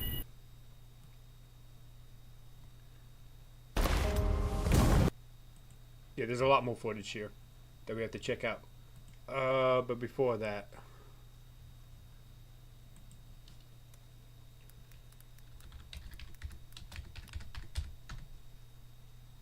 yeah, this is Sapphire. This is Sapphire.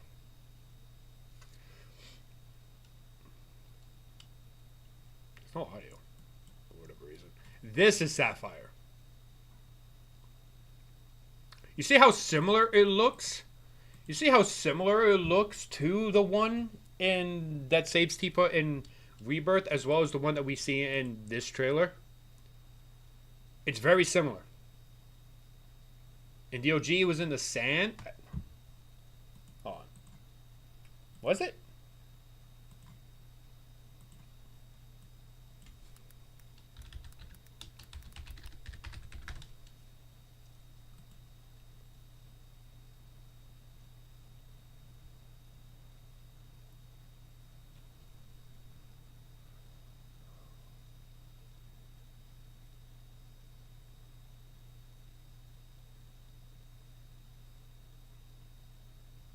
No.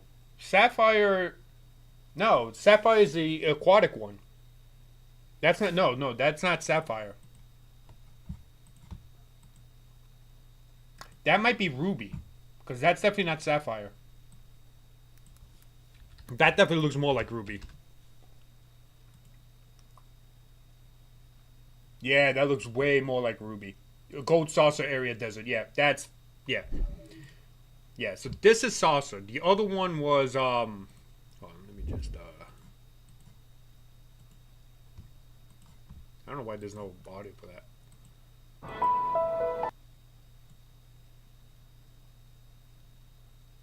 Yeah, this is Ruby.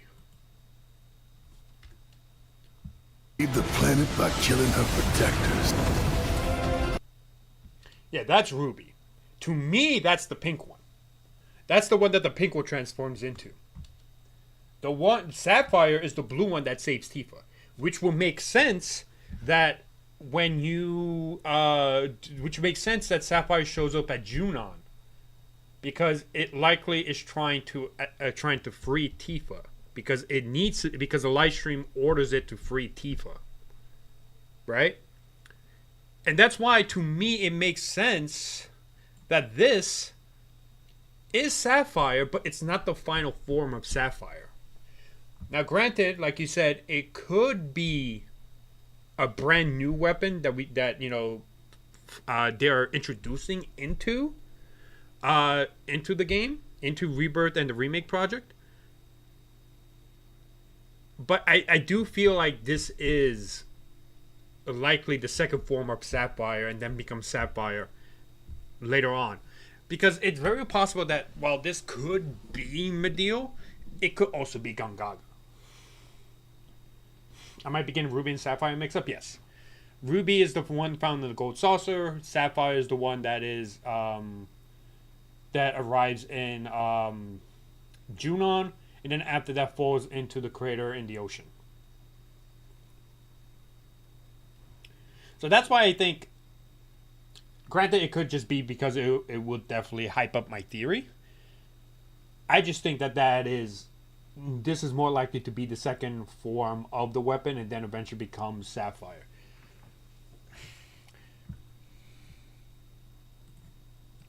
Because it just looks like, just based off its design, you know, it's blue, it has the blue orb inside, the face, very similar face. Let me put it side by side.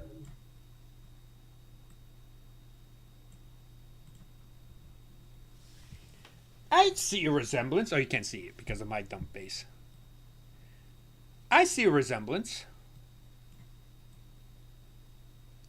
I see sort of a resemblance. Granted, As far as I can tell, these things don't distinguish between friend and foe. You know, same eye color.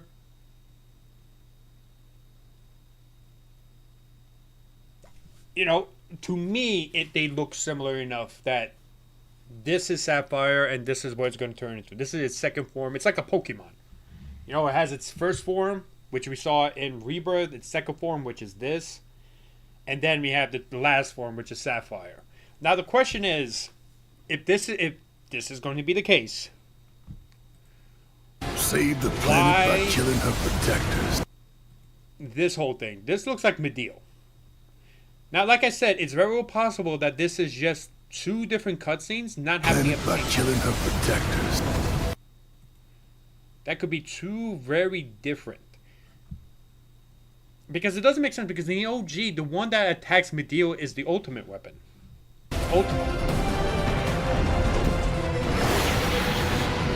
Let us put your faith to the test, Cloud. So that's why I think it is just, it's weird. I don't know how else to put it. I don't know. I just feel like that is more likely going to be Sapphire. But I could definitely be fucking wrong at the end of the day. Let me see if we can find a better version of this fucking thing, of the CGI thing. Bubble.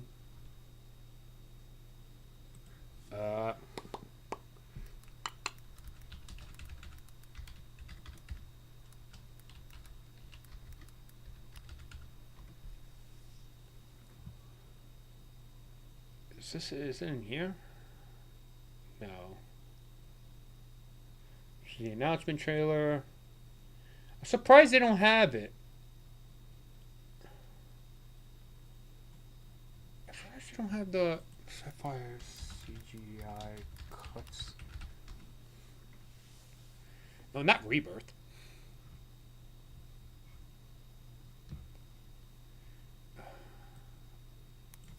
Is that really the best one? Not animation.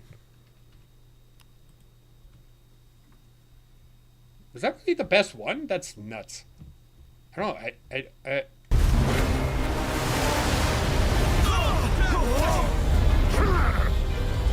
Get the cannon back online! Now!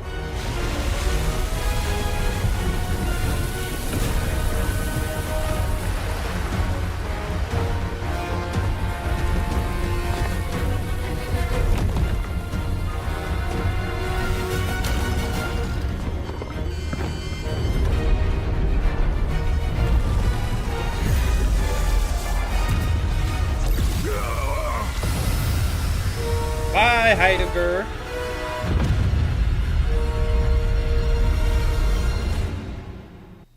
Ouch. At last, the promise is fulfilled. The journey ends here. So that's why I think, I don't know, man. Maybe I just want it to be true because of my theory, but I could be wrong.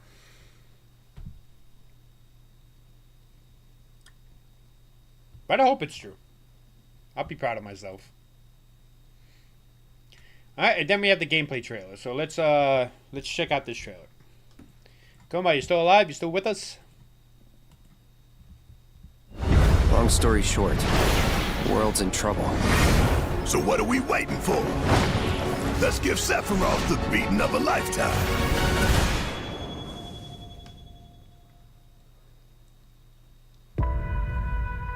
As we reunite with our heroes, the meteor looms in the skies above, a constant reminder of your mission, and the grave threats you'll confront as you embark upon your journey and face the epic conclusion of the remake series. Aboard the Highwind, your very own airship and the pride of the Shinra fleet, you'll take to the skies and witness our most expansive open world yet. From the outskirts of Midgard, to the sun-drenched Medial Archipelago, to the warrior nation of Wutai. Simply pick a direction and set sail. But how can you be expected to protect the whole world at once? You'll need to cover ground fast. I am not jumping. No way, no how. Don't worry. These parachutes are top of the line. Pull the cord and pop. You'll be floating through the air like a feather. At any moment in the open world, simply pilot the Highwind to your destination and take a leap of faith. With the wind rushing past, you'll descend seamlessly from the sky above to the ground below. Where will the winds guide you first? That freedom is in your hands. But no matter your destination, to defeat your enemy, you'll need a fighting chance. And that starts with your trusted allies. At long last, with the world teetering on a blade's edge, everyone assembles at Cloud's side, forming an epic ensemble of heroes, each with their own story that brings you closer together than ever. But a good unit needs more than friendship to save the day. It needs a disciplined combat regimen. The hybrid battle system, established in Remake and refined in Rebirth, is perfected in Revelation, putting even more power in your hands. In fluid, real-time action, seamlessly switch between party members to even the odds. Then, when the fight calls for strategy, enter tactical mode to unleash a suite of powerful new spells and abilities. Activate devastating synergies with your companions. And of course, call on mighty summoned entities that can turn the tide of battle.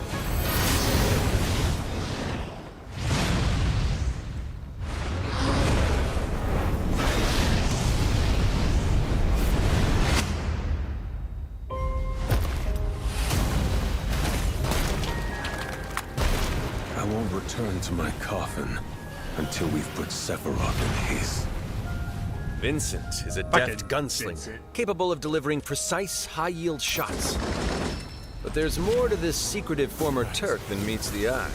The result of experimentation at the hands of Shinra. Vincent can transform into the galleon beast at the press of a button, gaining tremendous power while transformed. And when combined with the skills of a certain ace pilot, their high-impact synergies disrupt the fight with ferocious results. The Leaping Lancer, the Dashing Dragoon, the one and only Sid Highwind. Sid Highwind, the cantankerous pilot extraordinaire, joins the party and their mission to defeat Sephiroth.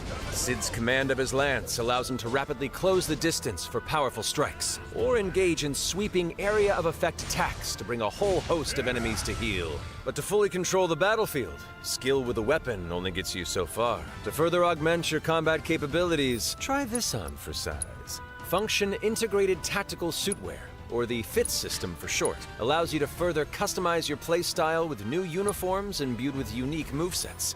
Alongside your equipment and materia, FITS gives you an extra edge in battle. And to face what's coming, you'll need all the strength you can muster. Say your day. Sensing its fate hanging in the balance, the planet itself has unleashed its last line of defense. The weapons. Ancient beasts that are larger than life and capable of untold destruction.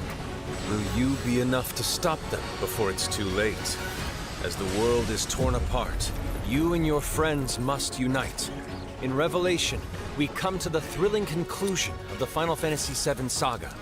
And your mission is clear. Take up your Buster Sword, equip your materia, and stand together. One last time. These skies belong to me. Hope you're ready.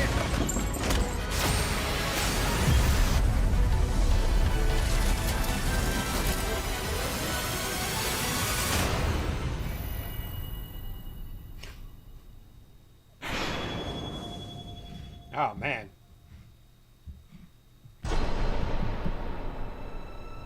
There's a lot to go through. There's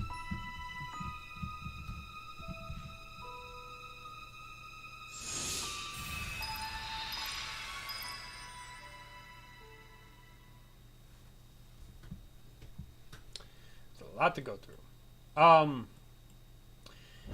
Long story short. Okay. Easy there, Cloud. All right, calm down. So, a few things. Well, we already discussed a lot of this after going through the first trailer, the reveal trailer. But it's this shows just a lot more about what I've been talking about. So let's go through the trailer or the gameplay trailer, and let's go half speed. And then we'll listen to the dialogue and discuss about that. So, this is... We've seen this stuff in the previous trailer. We saw that in the previous trailer. We saw this in the previous trailer. Vincent being extra as usual.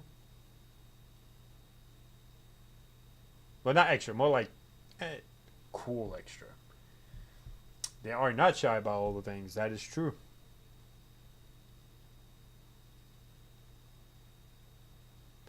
So this is the first new shot. This is Tifa waking up in what appears to be the place in Junon where she is captured.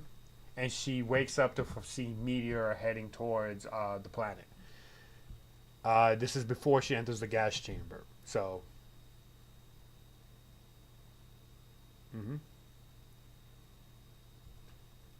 Hold on. In her eyes. No, never mind. I thought her eyes were showing like the showing the Junon cannon, but no, it was the light.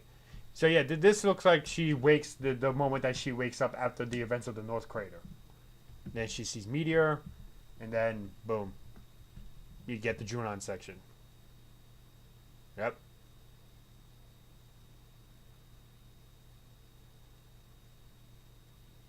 Rufus, speaking to everybody. Ew, Hojo. And this is Sephiroth and Cloud Shipper's greatest scene of all time. Sephiroth caressing the side of his head. Like a loving, loving lover.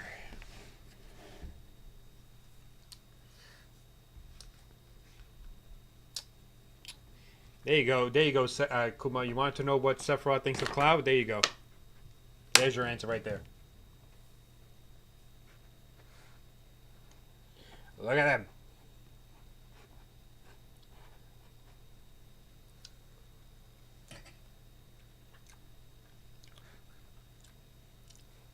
It's polite? Nah. It's beyond sensual.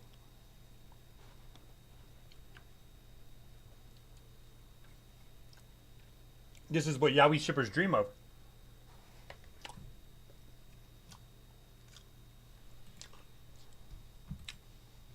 That looks like the North Crater. This likely is going to be a scene that's played out with Cloud in the North Crater as he's losing his sanity. Cloud is definitely losing his sanity at this point, and this is likely one of Sephiroth's last attempts to really get him on his side to then give the Black Materia to. The true canon ship, yep. So yeah, this looks like one of the final attempts of Cloud just completely losing his will and sanity to Sephiroth, where he then eventually gives the Black Materia to. This could be the moment where Sephiroth takes over as one of your party members, aka Genova. Genova takes over as one of your party members to pretend to be them. It could be that moment too, but who knows?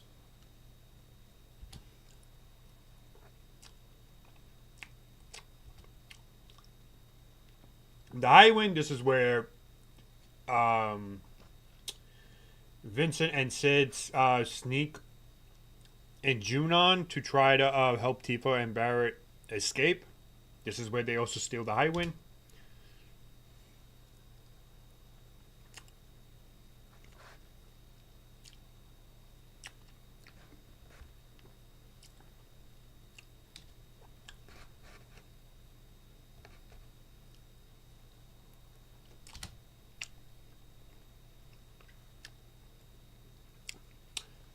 They specifically mentioned the outskirts of Midgard.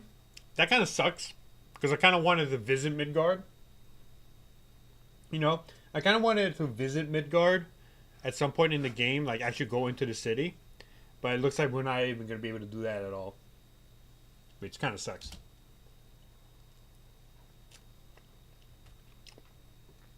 This is Midil.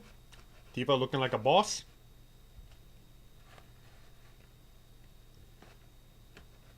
Yuffie and Wutai. Very mountainous. Then we have the High Wind.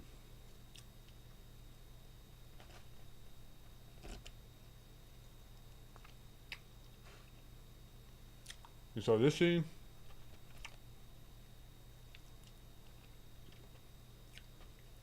This is exactly how they're going to traverse the planet with the High Wind, by jumping off with a parachute, aka, like I mentioned before, where are we dropping, boys?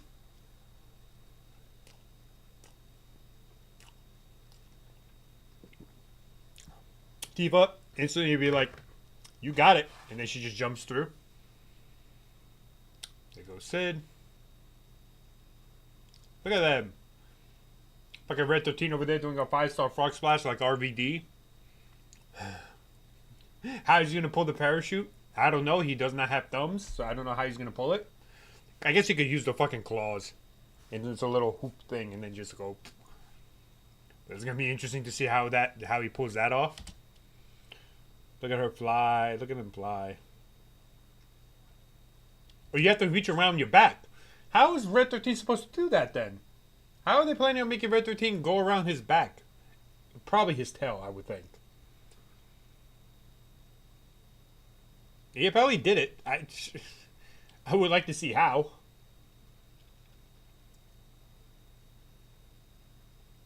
Gracefully. This is Midil.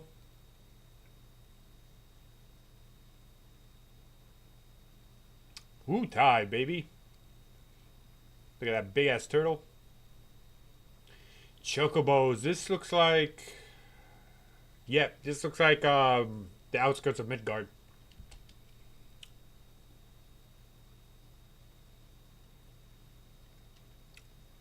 We have Reno returning. I wonder what they're going to do with the Japanese voice actor. Because the Japanese voice actor for Reno passed away.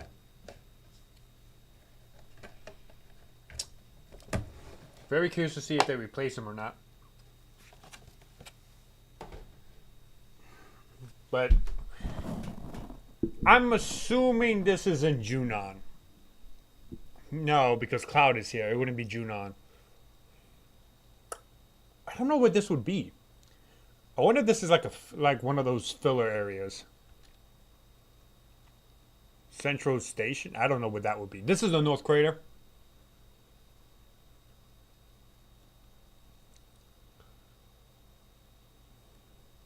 Tifa is saying something here, which I do not know what it is. Yuffie, Barrett, and Kate Sith. This is...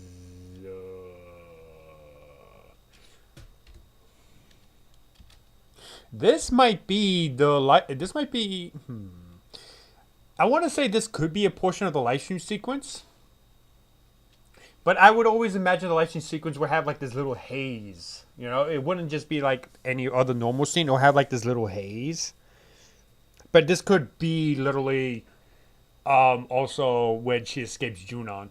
Or like she tries to escape Junon. This is inside the area where she's going to eventually land up on top of the cannon. This is Sid and Vincent sneaking around, even though Vincent technically isn't sneaking. Only Sid is sneaking around to then capture the high wind. This is the North Crater. Likely where they're going to fight Genova. This is probably after they fight Genova, and then they go ahead to where Cloud is about to give the black materia to Sephiroth. This is Wutai. New Yuffie ability.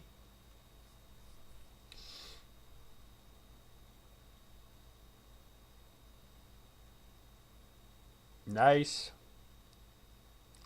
Okay, new synergy ability with Tifa and Sid. I want you to look closely. Because this looks like... this looks like they're fighting against Genova during the North Crater. I think this is where it happens. Also, we saw Vincent where it looks like he's in the North Crater, which would mean that he is there. He's not going on recon like I mentioned before. Unless this is when they're going down to try to defeat Sephiroth. Fucking Tifa's using Sid's spear. That's fucking badass. I like these synergy abilities where like the characters use other characters' weapons. Look at that. Sid hands her the fucking spear. Like, holy shit, that is so cool. Then we also had the Tifa Barrett. This is a new one. Fucking Barrett slamming her down. Fucking awesome. Bam! Look at that. Oh my fucking goodness. Oh, I can't wait to see the new synergy abilities. I love the synergy abilities so much in Rebirth. Oh, that's gonna be so good. We have Cloud and Vincent in the back hanging out. Sid is in the back hanging out. So we have abilities. So based on the fact that those are his abilities, Braver, Triple Slash, and Focus Thrust, this tells me that this is literally in the very beginning of the game. Because those are usually the first 3 abilities you have. At least it was in Rebirth, and I believe it also in Remake. So I think it's very possible Mediel could be in the very beginning, but then again, the HP and the limit break and stuff like that, it's really high. The HP MP is really high, so maybe not. It's so weird. Like they're essentially tricking you. Because technically, those are only 3 abilities he learns, you know, unless of course they're doing this without learning any new abilities, so they're tricking us that way. But you know what would be cool? If they actually did this, and then if this was in the very beginning, and then at the North Crater when they lose, they actually lose all their powers and abilities and stuff like that. I think that would be a pretty cool way to show just how much they lost, you know. Could also be that Cloud at this point in time, like, since this is the part where Cloud wakes up after the life stream sequence, and he literally has no abilities whatsoever. Could be that too. We have Materia, summons. That is one of the new things. Summons seem to have icons. Magic Pot, Ifrit, and Titan all seem to have icons, which I'm assuming are just the types, the attributes of the summons, such as Magic Pot. Magic Pot is a healer. Ifrit is more of an attacker. Titan is more of a striker or something. I think that's what those symbols mean. That each summoning now has like a different icon next to them that will tell you what each one is essentially good for. And I think the reason why they're doing this is because you don't have a healer, unless you change one of your characters into a healer, using the new clothing system, the new coat system. But to me, I think because the coats and the outfits each have the different abilities, they're probably gonna have similar icons to that. So they're essentially doing that also with summoning and doing it as a whole in terms of like every single ability you have. That's what my opinion is of that.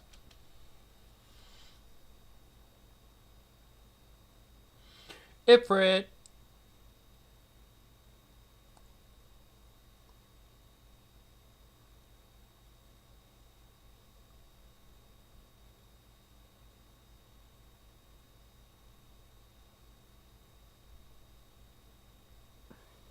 Why is he so angry?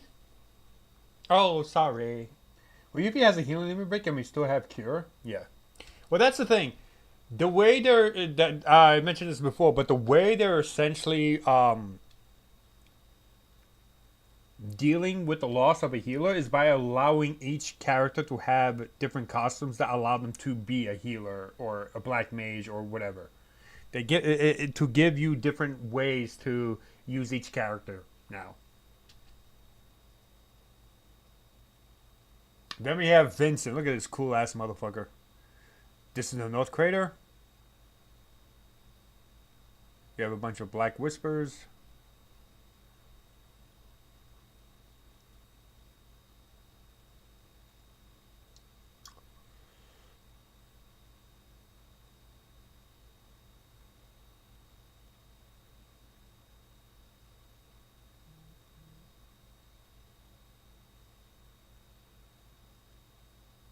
Wow.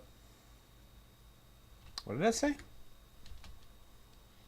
All necessary materials gathered for the high potion on the to-do list. All necessary materials gathered for the assayer's monocle on the to-do list. The to-do list.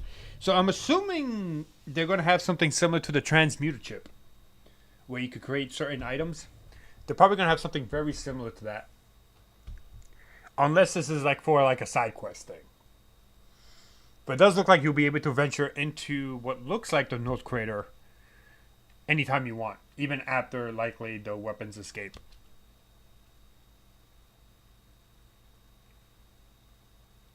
Eclipse, attack, command menu. Oh, hold on, actually. They actually showed you something. Command menu. Shortcuts. Galleon Blade, Reckoning, Focus, Fire. So it does seem like his limit break will be to transform into his Galleon form, whatever. I don't remember how to pronounce it. So it does look like it's going to be his limit break.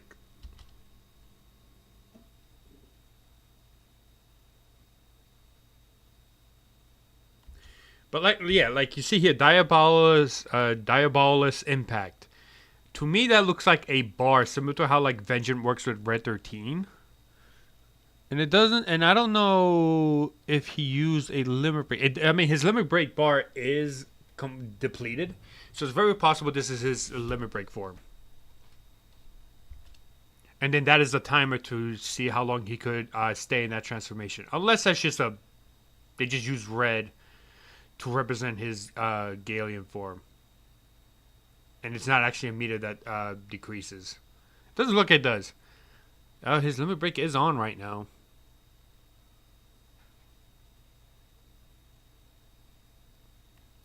So I don't know, because now here his limit break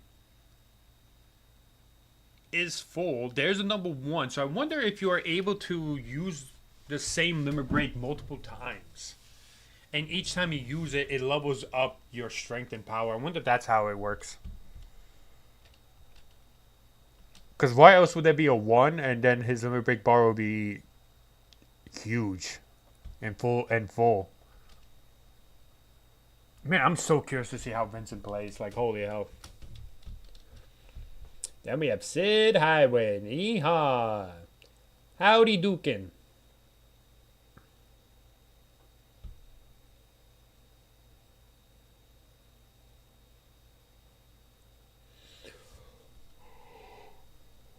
Whew.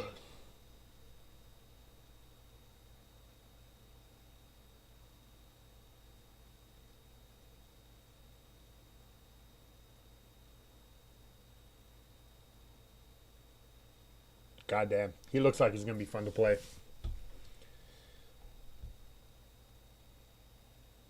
Is this a limit break? Let me see. Maybe we might be able to catch it.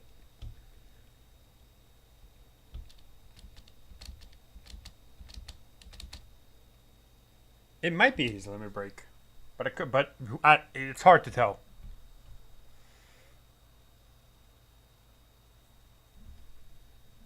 I like it though, and at the end he heals himself.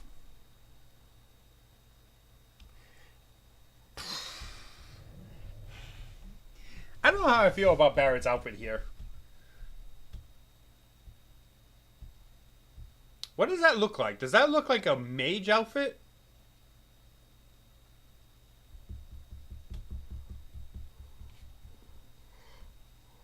Is that either a mage outfit or it's something similar to what Sid wears?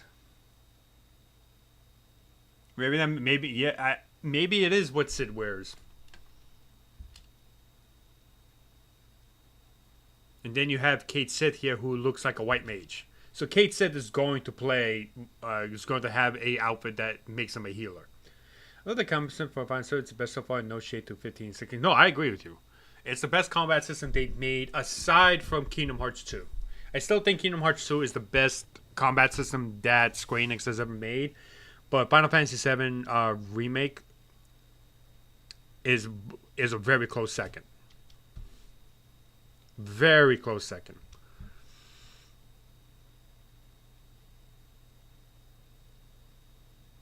Now, granted, Barrett could be his healer outfit.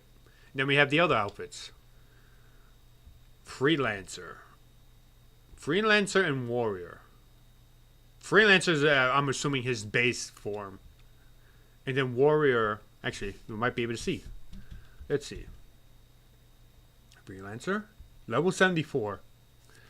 We have 343, 79, 112, 331. Okay, does it change anything when he transforms to Warrior?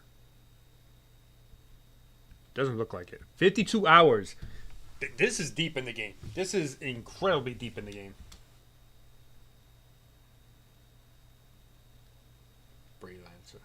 So Freelancer is their basic. Then you have Black Mage.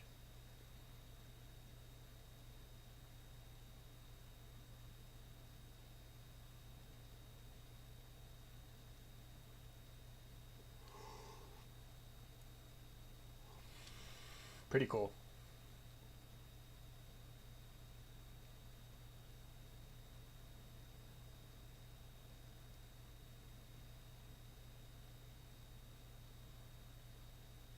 Then we have the weapon.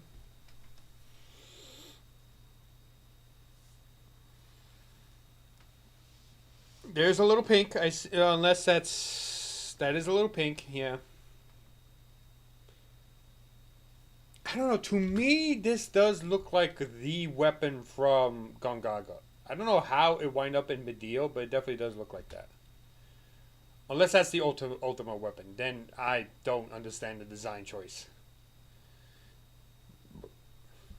You see how it sticks out like that? This looks so much like fucking Sapphire, man.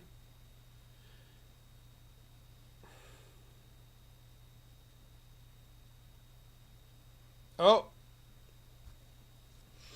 You have the Chocobo stand. The Chocobo stands are returning. Right here. You have the Chocobo stands. They're returning. That's cute. We get to meet the mini Chocobo guy. If that's returning, that means that more than likely we're gonna get more like Chadley-esque world intel missions.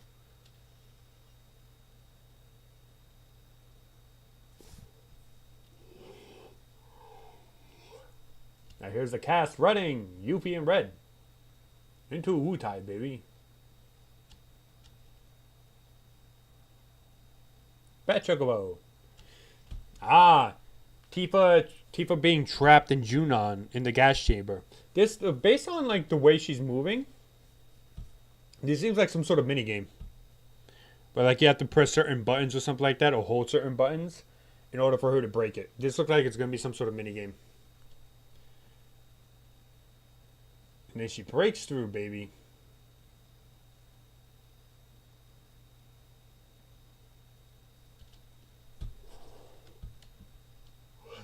What lab is this that they're in?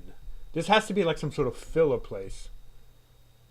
Then you have something similar to like how in Yuffie's in the DLC, the Integrate DLC, something very similar happens here with like the little pause with the materia. So they have to be in some sort of Shinra headquarters. I'm trying to think like when they go and enter like a place run by Shinra in Disc 2. I don't remember. Could be a filler area to pad the game a little bit. Which is kind of nuts when you really think about it, because like, why do they need to pad more? There's a lot of shit in Disc 3. And then this is... I don't...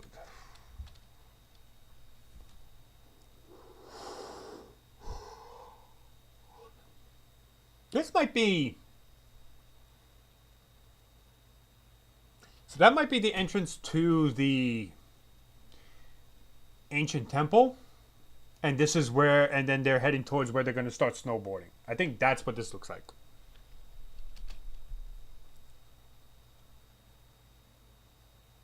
And of course this is a fight against... I wonder if it says...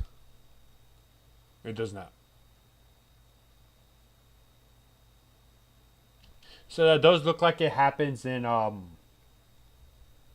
North Crater, that fight, which makes sense. And then this is Tifa in Mideel. Yeah, because you see the little huts in the background. Apparently, Hamaguchi also stated, I think in the Max's stream, that there's not going to be any Chocobo breeding. I know that's probably going to upset some people. There's not going to be any Chocobo breeding, but one of the Chocobos that you meet and befriend, Pico, from the grassland area, you are going to be able to upgrade Pico into multiple levels to then get the ultimate Chocobo, to make Pico the ultimate Chocobo. So that's how they're planning on doing it. They're not planning on doing or having a breeding mechanic, which I know is going to upset some people. Yeah, so Pico's going to be able to do that. Pico's going to be able to use the same abilities as other Chocobos. Said baby. There he is. There's his limit break. That is, of course, the poor soldier in Junon that's going to get his ass kicked by Barrett once Barrett escapes. That is the laser going up against... I couldn't see who it was.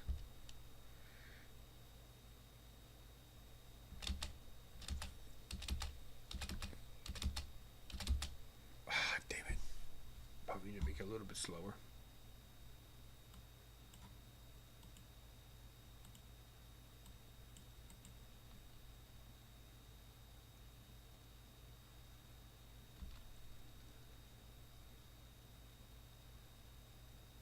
Yeah, see, see? Doesn't that look more like Sapphire? That looks like that literally looks like the in between of the one that we saw at Mideel in the early in the trailer, and then the one at the end with Sapphire and Junon. I'm telling you, I think that's Sapphire. I think that's really is Sapphire because it makes sense. It fits the design that Sapphire is. That's why I think it is. Then again, it could be Bahamut, but I don't know. I just feel like it's Sapphire. Then we have here Cloud getting mind razzled by Sephiroth Genova. This is likely in the North Crater. We have Barret in the North Crater. Yeah, this is the North Crater. And then you have Sapphire coming out of the water to destroy the Junon cannon. I'm telling you, I think that's Sapphire. I don't know how.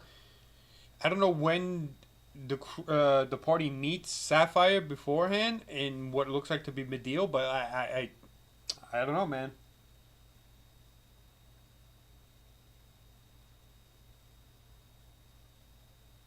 Revelations.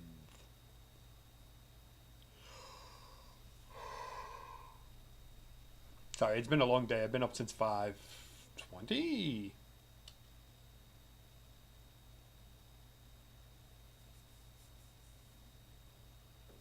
Spain 2027, baby. Launching simultaneously on all platforms. That means you could get Akuma on your weak PS4. No, I'm just kidding.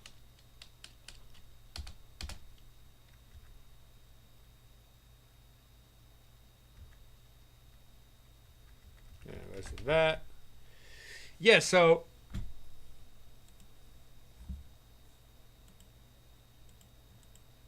I don't know, man. I like I said, I could be very biased, and I'm only saying that it is simply because it will support my theory. But like, goddamn, it just fits so much. It just fits so much that is the same weapon throughout the entire phase. All right, let's listen to the dialogue. Oh, I need to turn on my headset again because it turned off.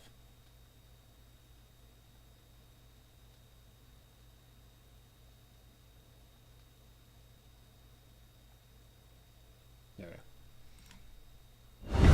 Long story short, the world's in trouble. So what are we waiting for? Long story short, the world's in trouble. Long story short, the world is in trouble. This is likely him talking to his party because they find out something because Cloud and Tifa likely learned something in the light sheet sequence, or it could be him talking to Bugenhagen because you have to go back and talk to Bugenhagen about the stuff at the ancient temple and stuff like that. So it's very well possible he's also talking to Bugenhagen there. So it's going to be either of those two things. So what are we waiting? Unless he's talking to Rufus or something, because Rufus demanding answers about what's happening. Even though he's technically there at the North Crater. I think he's there at the North Crater. I know Hojo is, but I don't remember if Rufus is. Let's give Sephiroth the beating of a lifetime. But with Barrett's response here, it sounds like it is during their meeting after the real Cloud returns, and he talks about the plan there, about what they need.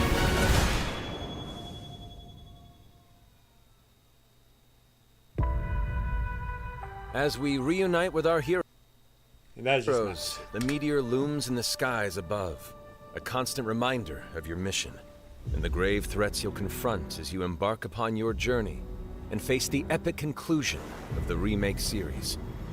Aboard the Highwind, your very own airship, and the pride of the Shinra fleet, you'll take to the skies and witness our most expansive open world yet. From the outskirts of Midgard, to the sun-drenched Mideel archipelago, to the warrior nation of Wutai. Simply pick a direction and set sail. But how can you be expected to protect the whole world at once? You'll need to cover ground fast. By eating chili dogs like my hero Sonic. Don't worry. These parachutes are top of the line. Pull the cord and pop. You'll be floating through the air like a feather. At any moment in the open world. Simply pilot the high wind to your destination and take a leap of faith. With the wind rushing past, you'll descend seamlessly from the sky above to the ground below. Where will the winds guide you first? That freedom is in your hands. But no matter your destination, to defeat your enemy, you'll need a fighting chance. And that starts with your trust. They said you could go wherever you want. That is your freedom. It's basically like they're almost saying like, hey, this is an open world game. You could go anywhere you want. Similar to how like Breath of the Wild, you could go anywhere you want, and then certain sections have like story related content. I don't know. That's just not how. That's just what sounds like what Matt Mercer is saying there. You know, like you have the ability to travel anywhere you want. I don't know if it's going to be a similar situation as like Breath of the Wild or Tears of the Kingdom. Because technically you can go wherever you want, but there are going to be set story beats that you're going to have to go to. I wonder if he's just talking about in general, like after, you know, before you go down to the core to fight Sephiroth, you'll be able to explore wherever you want to go. I don't know. I'm just curious about that line. You know? Trusted allies. At long last, with the world teetering on a blade's edge, everyone assembles at Cloud's side, forming an epic ensemble of heroes, each with their own story that brings you closer together than ever. But a good unit needs more than friendship to save the day. It needs a disciplined combat regimen.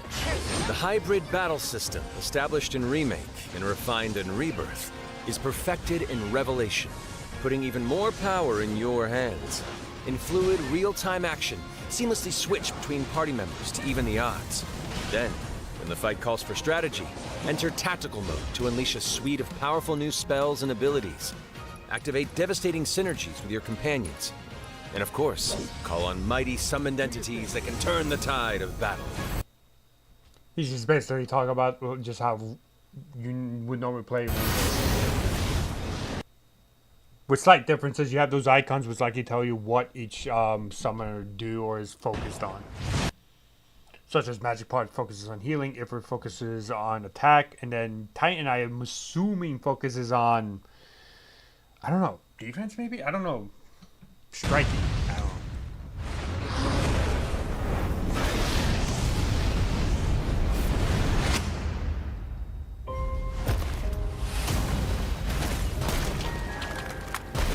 I won't return to my coffin.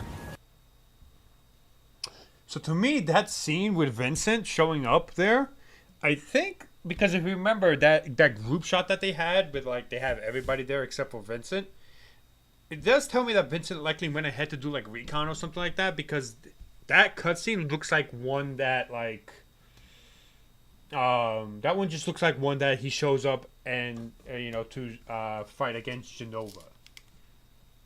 Or finish off Genova or some form of Genova in the North Crater. To me, that tells me that you're going to be able to have Sid be playable first, and then Vincent shows up there, and then that's when you can finally... Until we've put Sephiroth in his. Vincent is a deft gunslinger, capable of delivering precise, high-yield shots. But there's more to this secretive former Turk than meets the eye. The result of experimentation at the hands of Shinra. Vincent can transform into the Galleon beast at the press of a button, gaining tremendous power while transforming. That bar with the 1 on the bottom left corner, it's increasing. So it doesn't look like it's a timer, but it's increasing, which likely tells me that the more damage you do to your enemy, the more it increases, I think. And when combined with... And then it slowly increases. It slowly increases if you don't do anything. But the more damage you do, the higher it increases. Which probably tells me that is basically a level limit. Not level limit, but like a level up bar.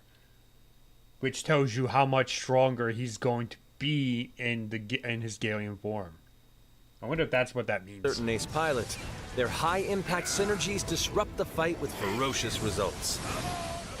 The Leaping Lancer, the Dashing Dragoon, the one and only Sid Highwind. Sid Highwind, the cantankerous pilot extraordinaire, joins the party and their mission to defeat Sephiroth. Sid's command of his lance allows him to rapidly close the distance for powerful strikes, or engage in sweeping area of effect attacks to bring a whole host of enemies to heel. But to fully control the battlefield, skill with a weapon only gets you so far. To further augment your combat capabilities, try this on for size. Function Integrated Augment your combat they look like they still have the same old capabilities. Try this on. You know, they have the weapon, they have the thing. The only difference is, of course, is the classes. It looks like they are going to basically keep a similar system like they did in Rebirth, but they added classes. Function Integrated Tactical Suitwear, or the FITS system for short, allows you to further customize your playstyle with new uniforms imbued with unique movesets. Alongside your equipment and materia, FITS gives you an extra edge in battle. And to face what's coming, you'll need I like that move. I don't know what it's called, but I like that move. It's like all the strength you can muster. Sensing its fate hanging in the balance, the planet itself has unleashed its last line of defense. The weapons, ancient beasts that are larger than life. Tifa's reaction, I don't know. Tifa's reaction also tells me that this is the same weapon, the same baby weapon that helped save her. And capable of untold destruction. Will you be enough to stop them before it's too late? Like I said, as the world is torn apart, gonna keep saying you and that. Your friends must unite. In Revelation, we come to the thrilling conclusion. And if it doesn't happen, then the Final it is what Fantasy it VII is. Saga. And your mission is clear. Take up your Buster Sword, equip your materia, and stand together. One last time. These skies belong to me. Hope you're ready.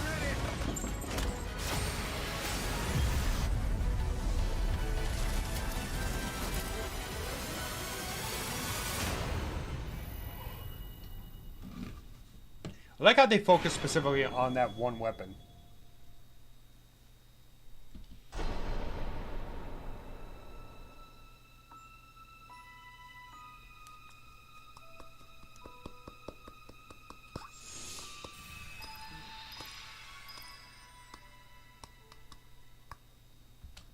Man, oh boy. Is there anything else? Let me see if there's anything else. Final Fantasy VII Revelation. All right, the Japanese trailer. Yes, so the Japanese trailer actually has different voice lines. If I remember correctly, and Talon, a YouTuber, is gonna make a video about the differences between the English dub and the Japanese dub of the trailer. From what we know, from one scene that I know of that I talked about it with him, he mentioned that the line at the end of the trailer when he's speaking with the reunion flowers and talking about when Cloud says when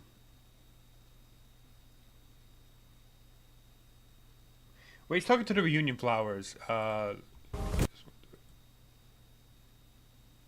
Is it this one? No, it's not this one.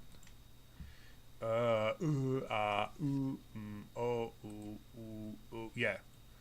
Here at the end. This one. Never would have made it this far without you guys. And I won't let you down. I promise. So, that line is what the English dub is. In the Japanese dub, apparently the line that Cloud says is something similar. It's not a vastly different one, but the Japanese dub version actually sounds more of, he's not talking specifically about Zack or Aerith. He's specifically talking about everyone, meaning everyone in the party, because he says minna, which means, you know, a large group of everyone. It means everyone. It means a group of people. And it's likely that that line that he says about the English dub and in the Japanese dub is the one that he's talking about with the party during their meeting in the Highwind after Cloud finds his true self. after the live stream sequence. So he's not specifically talking about Zack and Aerith, but he's talking specifically to the entire party now that Cloud is back. And usually trailers always do this. They always use a voiceover line that is always going to, not always, but for the most part, sometimes not connected to the scene that you're watching. That's a voice line from somewhere else. Now, hope endures in those who... It's in English? Interesting. のおかげでたどり着けた。 Okay, so it's just a narration. みんなのおかげでたどり着けた。 Yeah, Mina.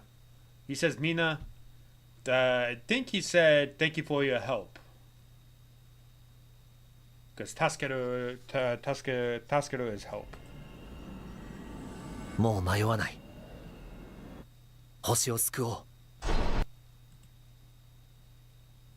I don't know what he said. I just recognize a few words there. But I think he's not talking to Zack or Aerith. He's specifically talking to to the party in the Highwind after he's no longer after he finds himself, after his real self comes out. Yeah. So I wonder, I don't know if there's anything else. The best place to do would be check out Square Enix. See if there's anything else. No, that is it. The only other thing would be what it was said in Max's stream, but I think I covered most of it. Let me just double check.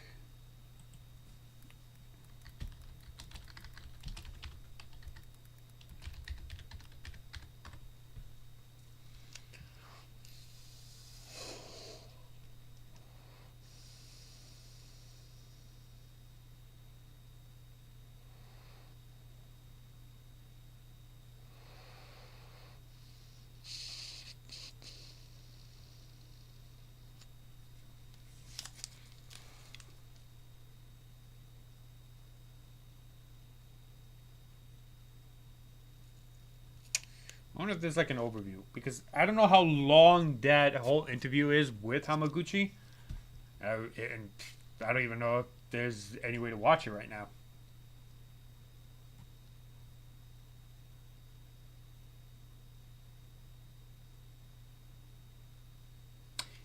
There was one other thing, but it's more of a Tifa thing. Apparently, a lot of companies kept asking Square Enix about using Tifa in their games, like a crossover stuff. And they just continue to refuse to give them to anybody except for Capcom. But Capcom and Square Enix kind of have a strong relationship with each other. Man, people have been asking and wanting Tifa, and I don't think... I mean, if they keep asking for her, they know how popular she is. So it's very strange that they don't. And I think it's mostly that they are really protective over her. I think they really are protective over her. But I could be wrong. I don't know.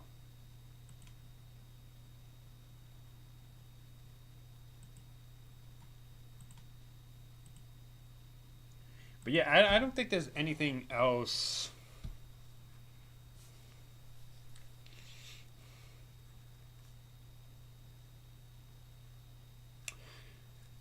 There's been a few things revealed on Max's stream. Nothing like too major. The only other thing, the Sephiroth new voice actor. I forgot what else it was.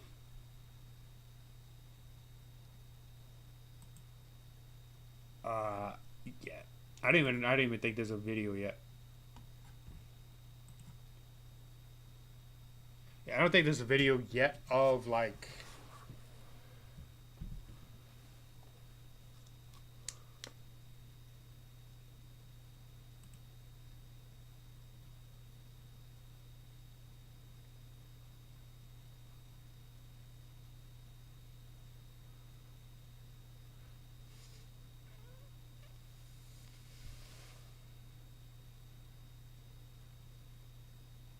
Yeah, I don't know.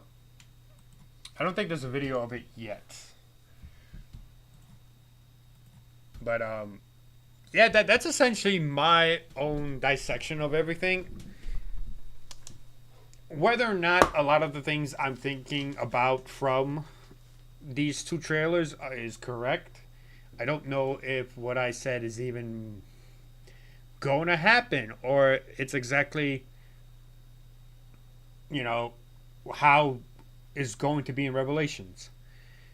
I'm very hopeful about that whole thing with the weapon that we saw in Middeal. That doesn't look like its final form, but that's more of a biased me thing because I want it to be because of my Tifa and weapon connection theory.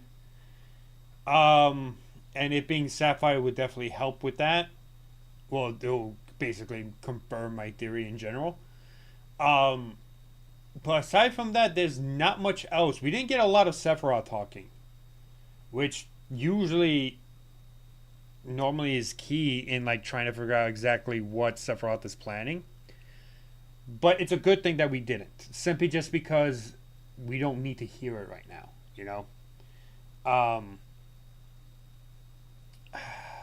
Man. There's just so much that we need to know more of. I don't know how long it's going to be until we see any more new content. But we finally have a name. We finally have a release window. Buckle up because we're headed to the end game now. We're heading to the end game now, and who knows when we'll be able to experience something like this again. Where a game unless Nintendo comes out with Ocarina of Time remake, I don't even know when's the next time we're gonna experience a gaming experience like this, because this is truly a once in a lifetime experience of seeing an entire trilogy of a very famous game that's so beloved by people, and it being 3 parts of just amazing quality and the anticipation of what to come, what is next to come. Whether you agree or disagree with the strategies, whether you agree or disagree with the content or the remake or whatever, this is pretty much a once in a lifetime experience in terms of something like this. Think of it similar to how people experience, the reveals for Smash Brothers. Smash Brothers Ultimate, that was an experience on its own with all the reveals of all these guest characters that we never thought will ever show up. And likely we'll never experience again, because likely Super Smash Brothers Ultimate will be the last time we will ever get so many guest characters.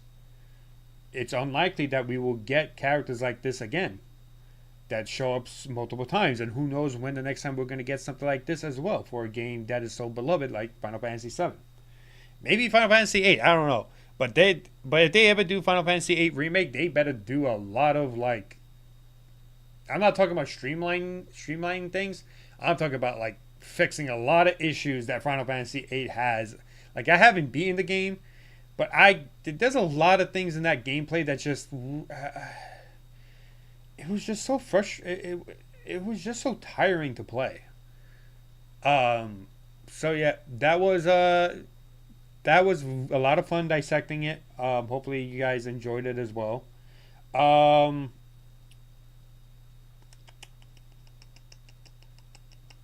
think what time is it?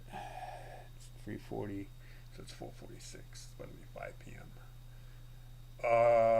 It's about to be 5 p.m. Okay, so tomorrow we will continue our Rebirth playthrough with the achievement hunting. And we'll talk more about Final Fantasy VII Revelation. But for now, thank you so much for watching me dissect the game. I am getting a little tired because I've almost been up for 12 hours and I woke up early. But it was a lot of fun dissecting this. Hopefully you enjoyed it. Hopefully you guys enjoyed all this. So thank you so much. I'll see you guys soon. And remember, my voice is you can hear my voice already losing it. And I hope we get to play it. Hopefully spring comes very, very soon. It comes by really, really quick. So thank you again, everyone. Have a great, wonderful day. I will be back tomorrow, and we'll continue with Final Fantasy VIII Rebirth. Final Fantasy VII Rebirth. Jesus Christ. And we'll talk more about Revelations then, okay? Bye-bye, everyone.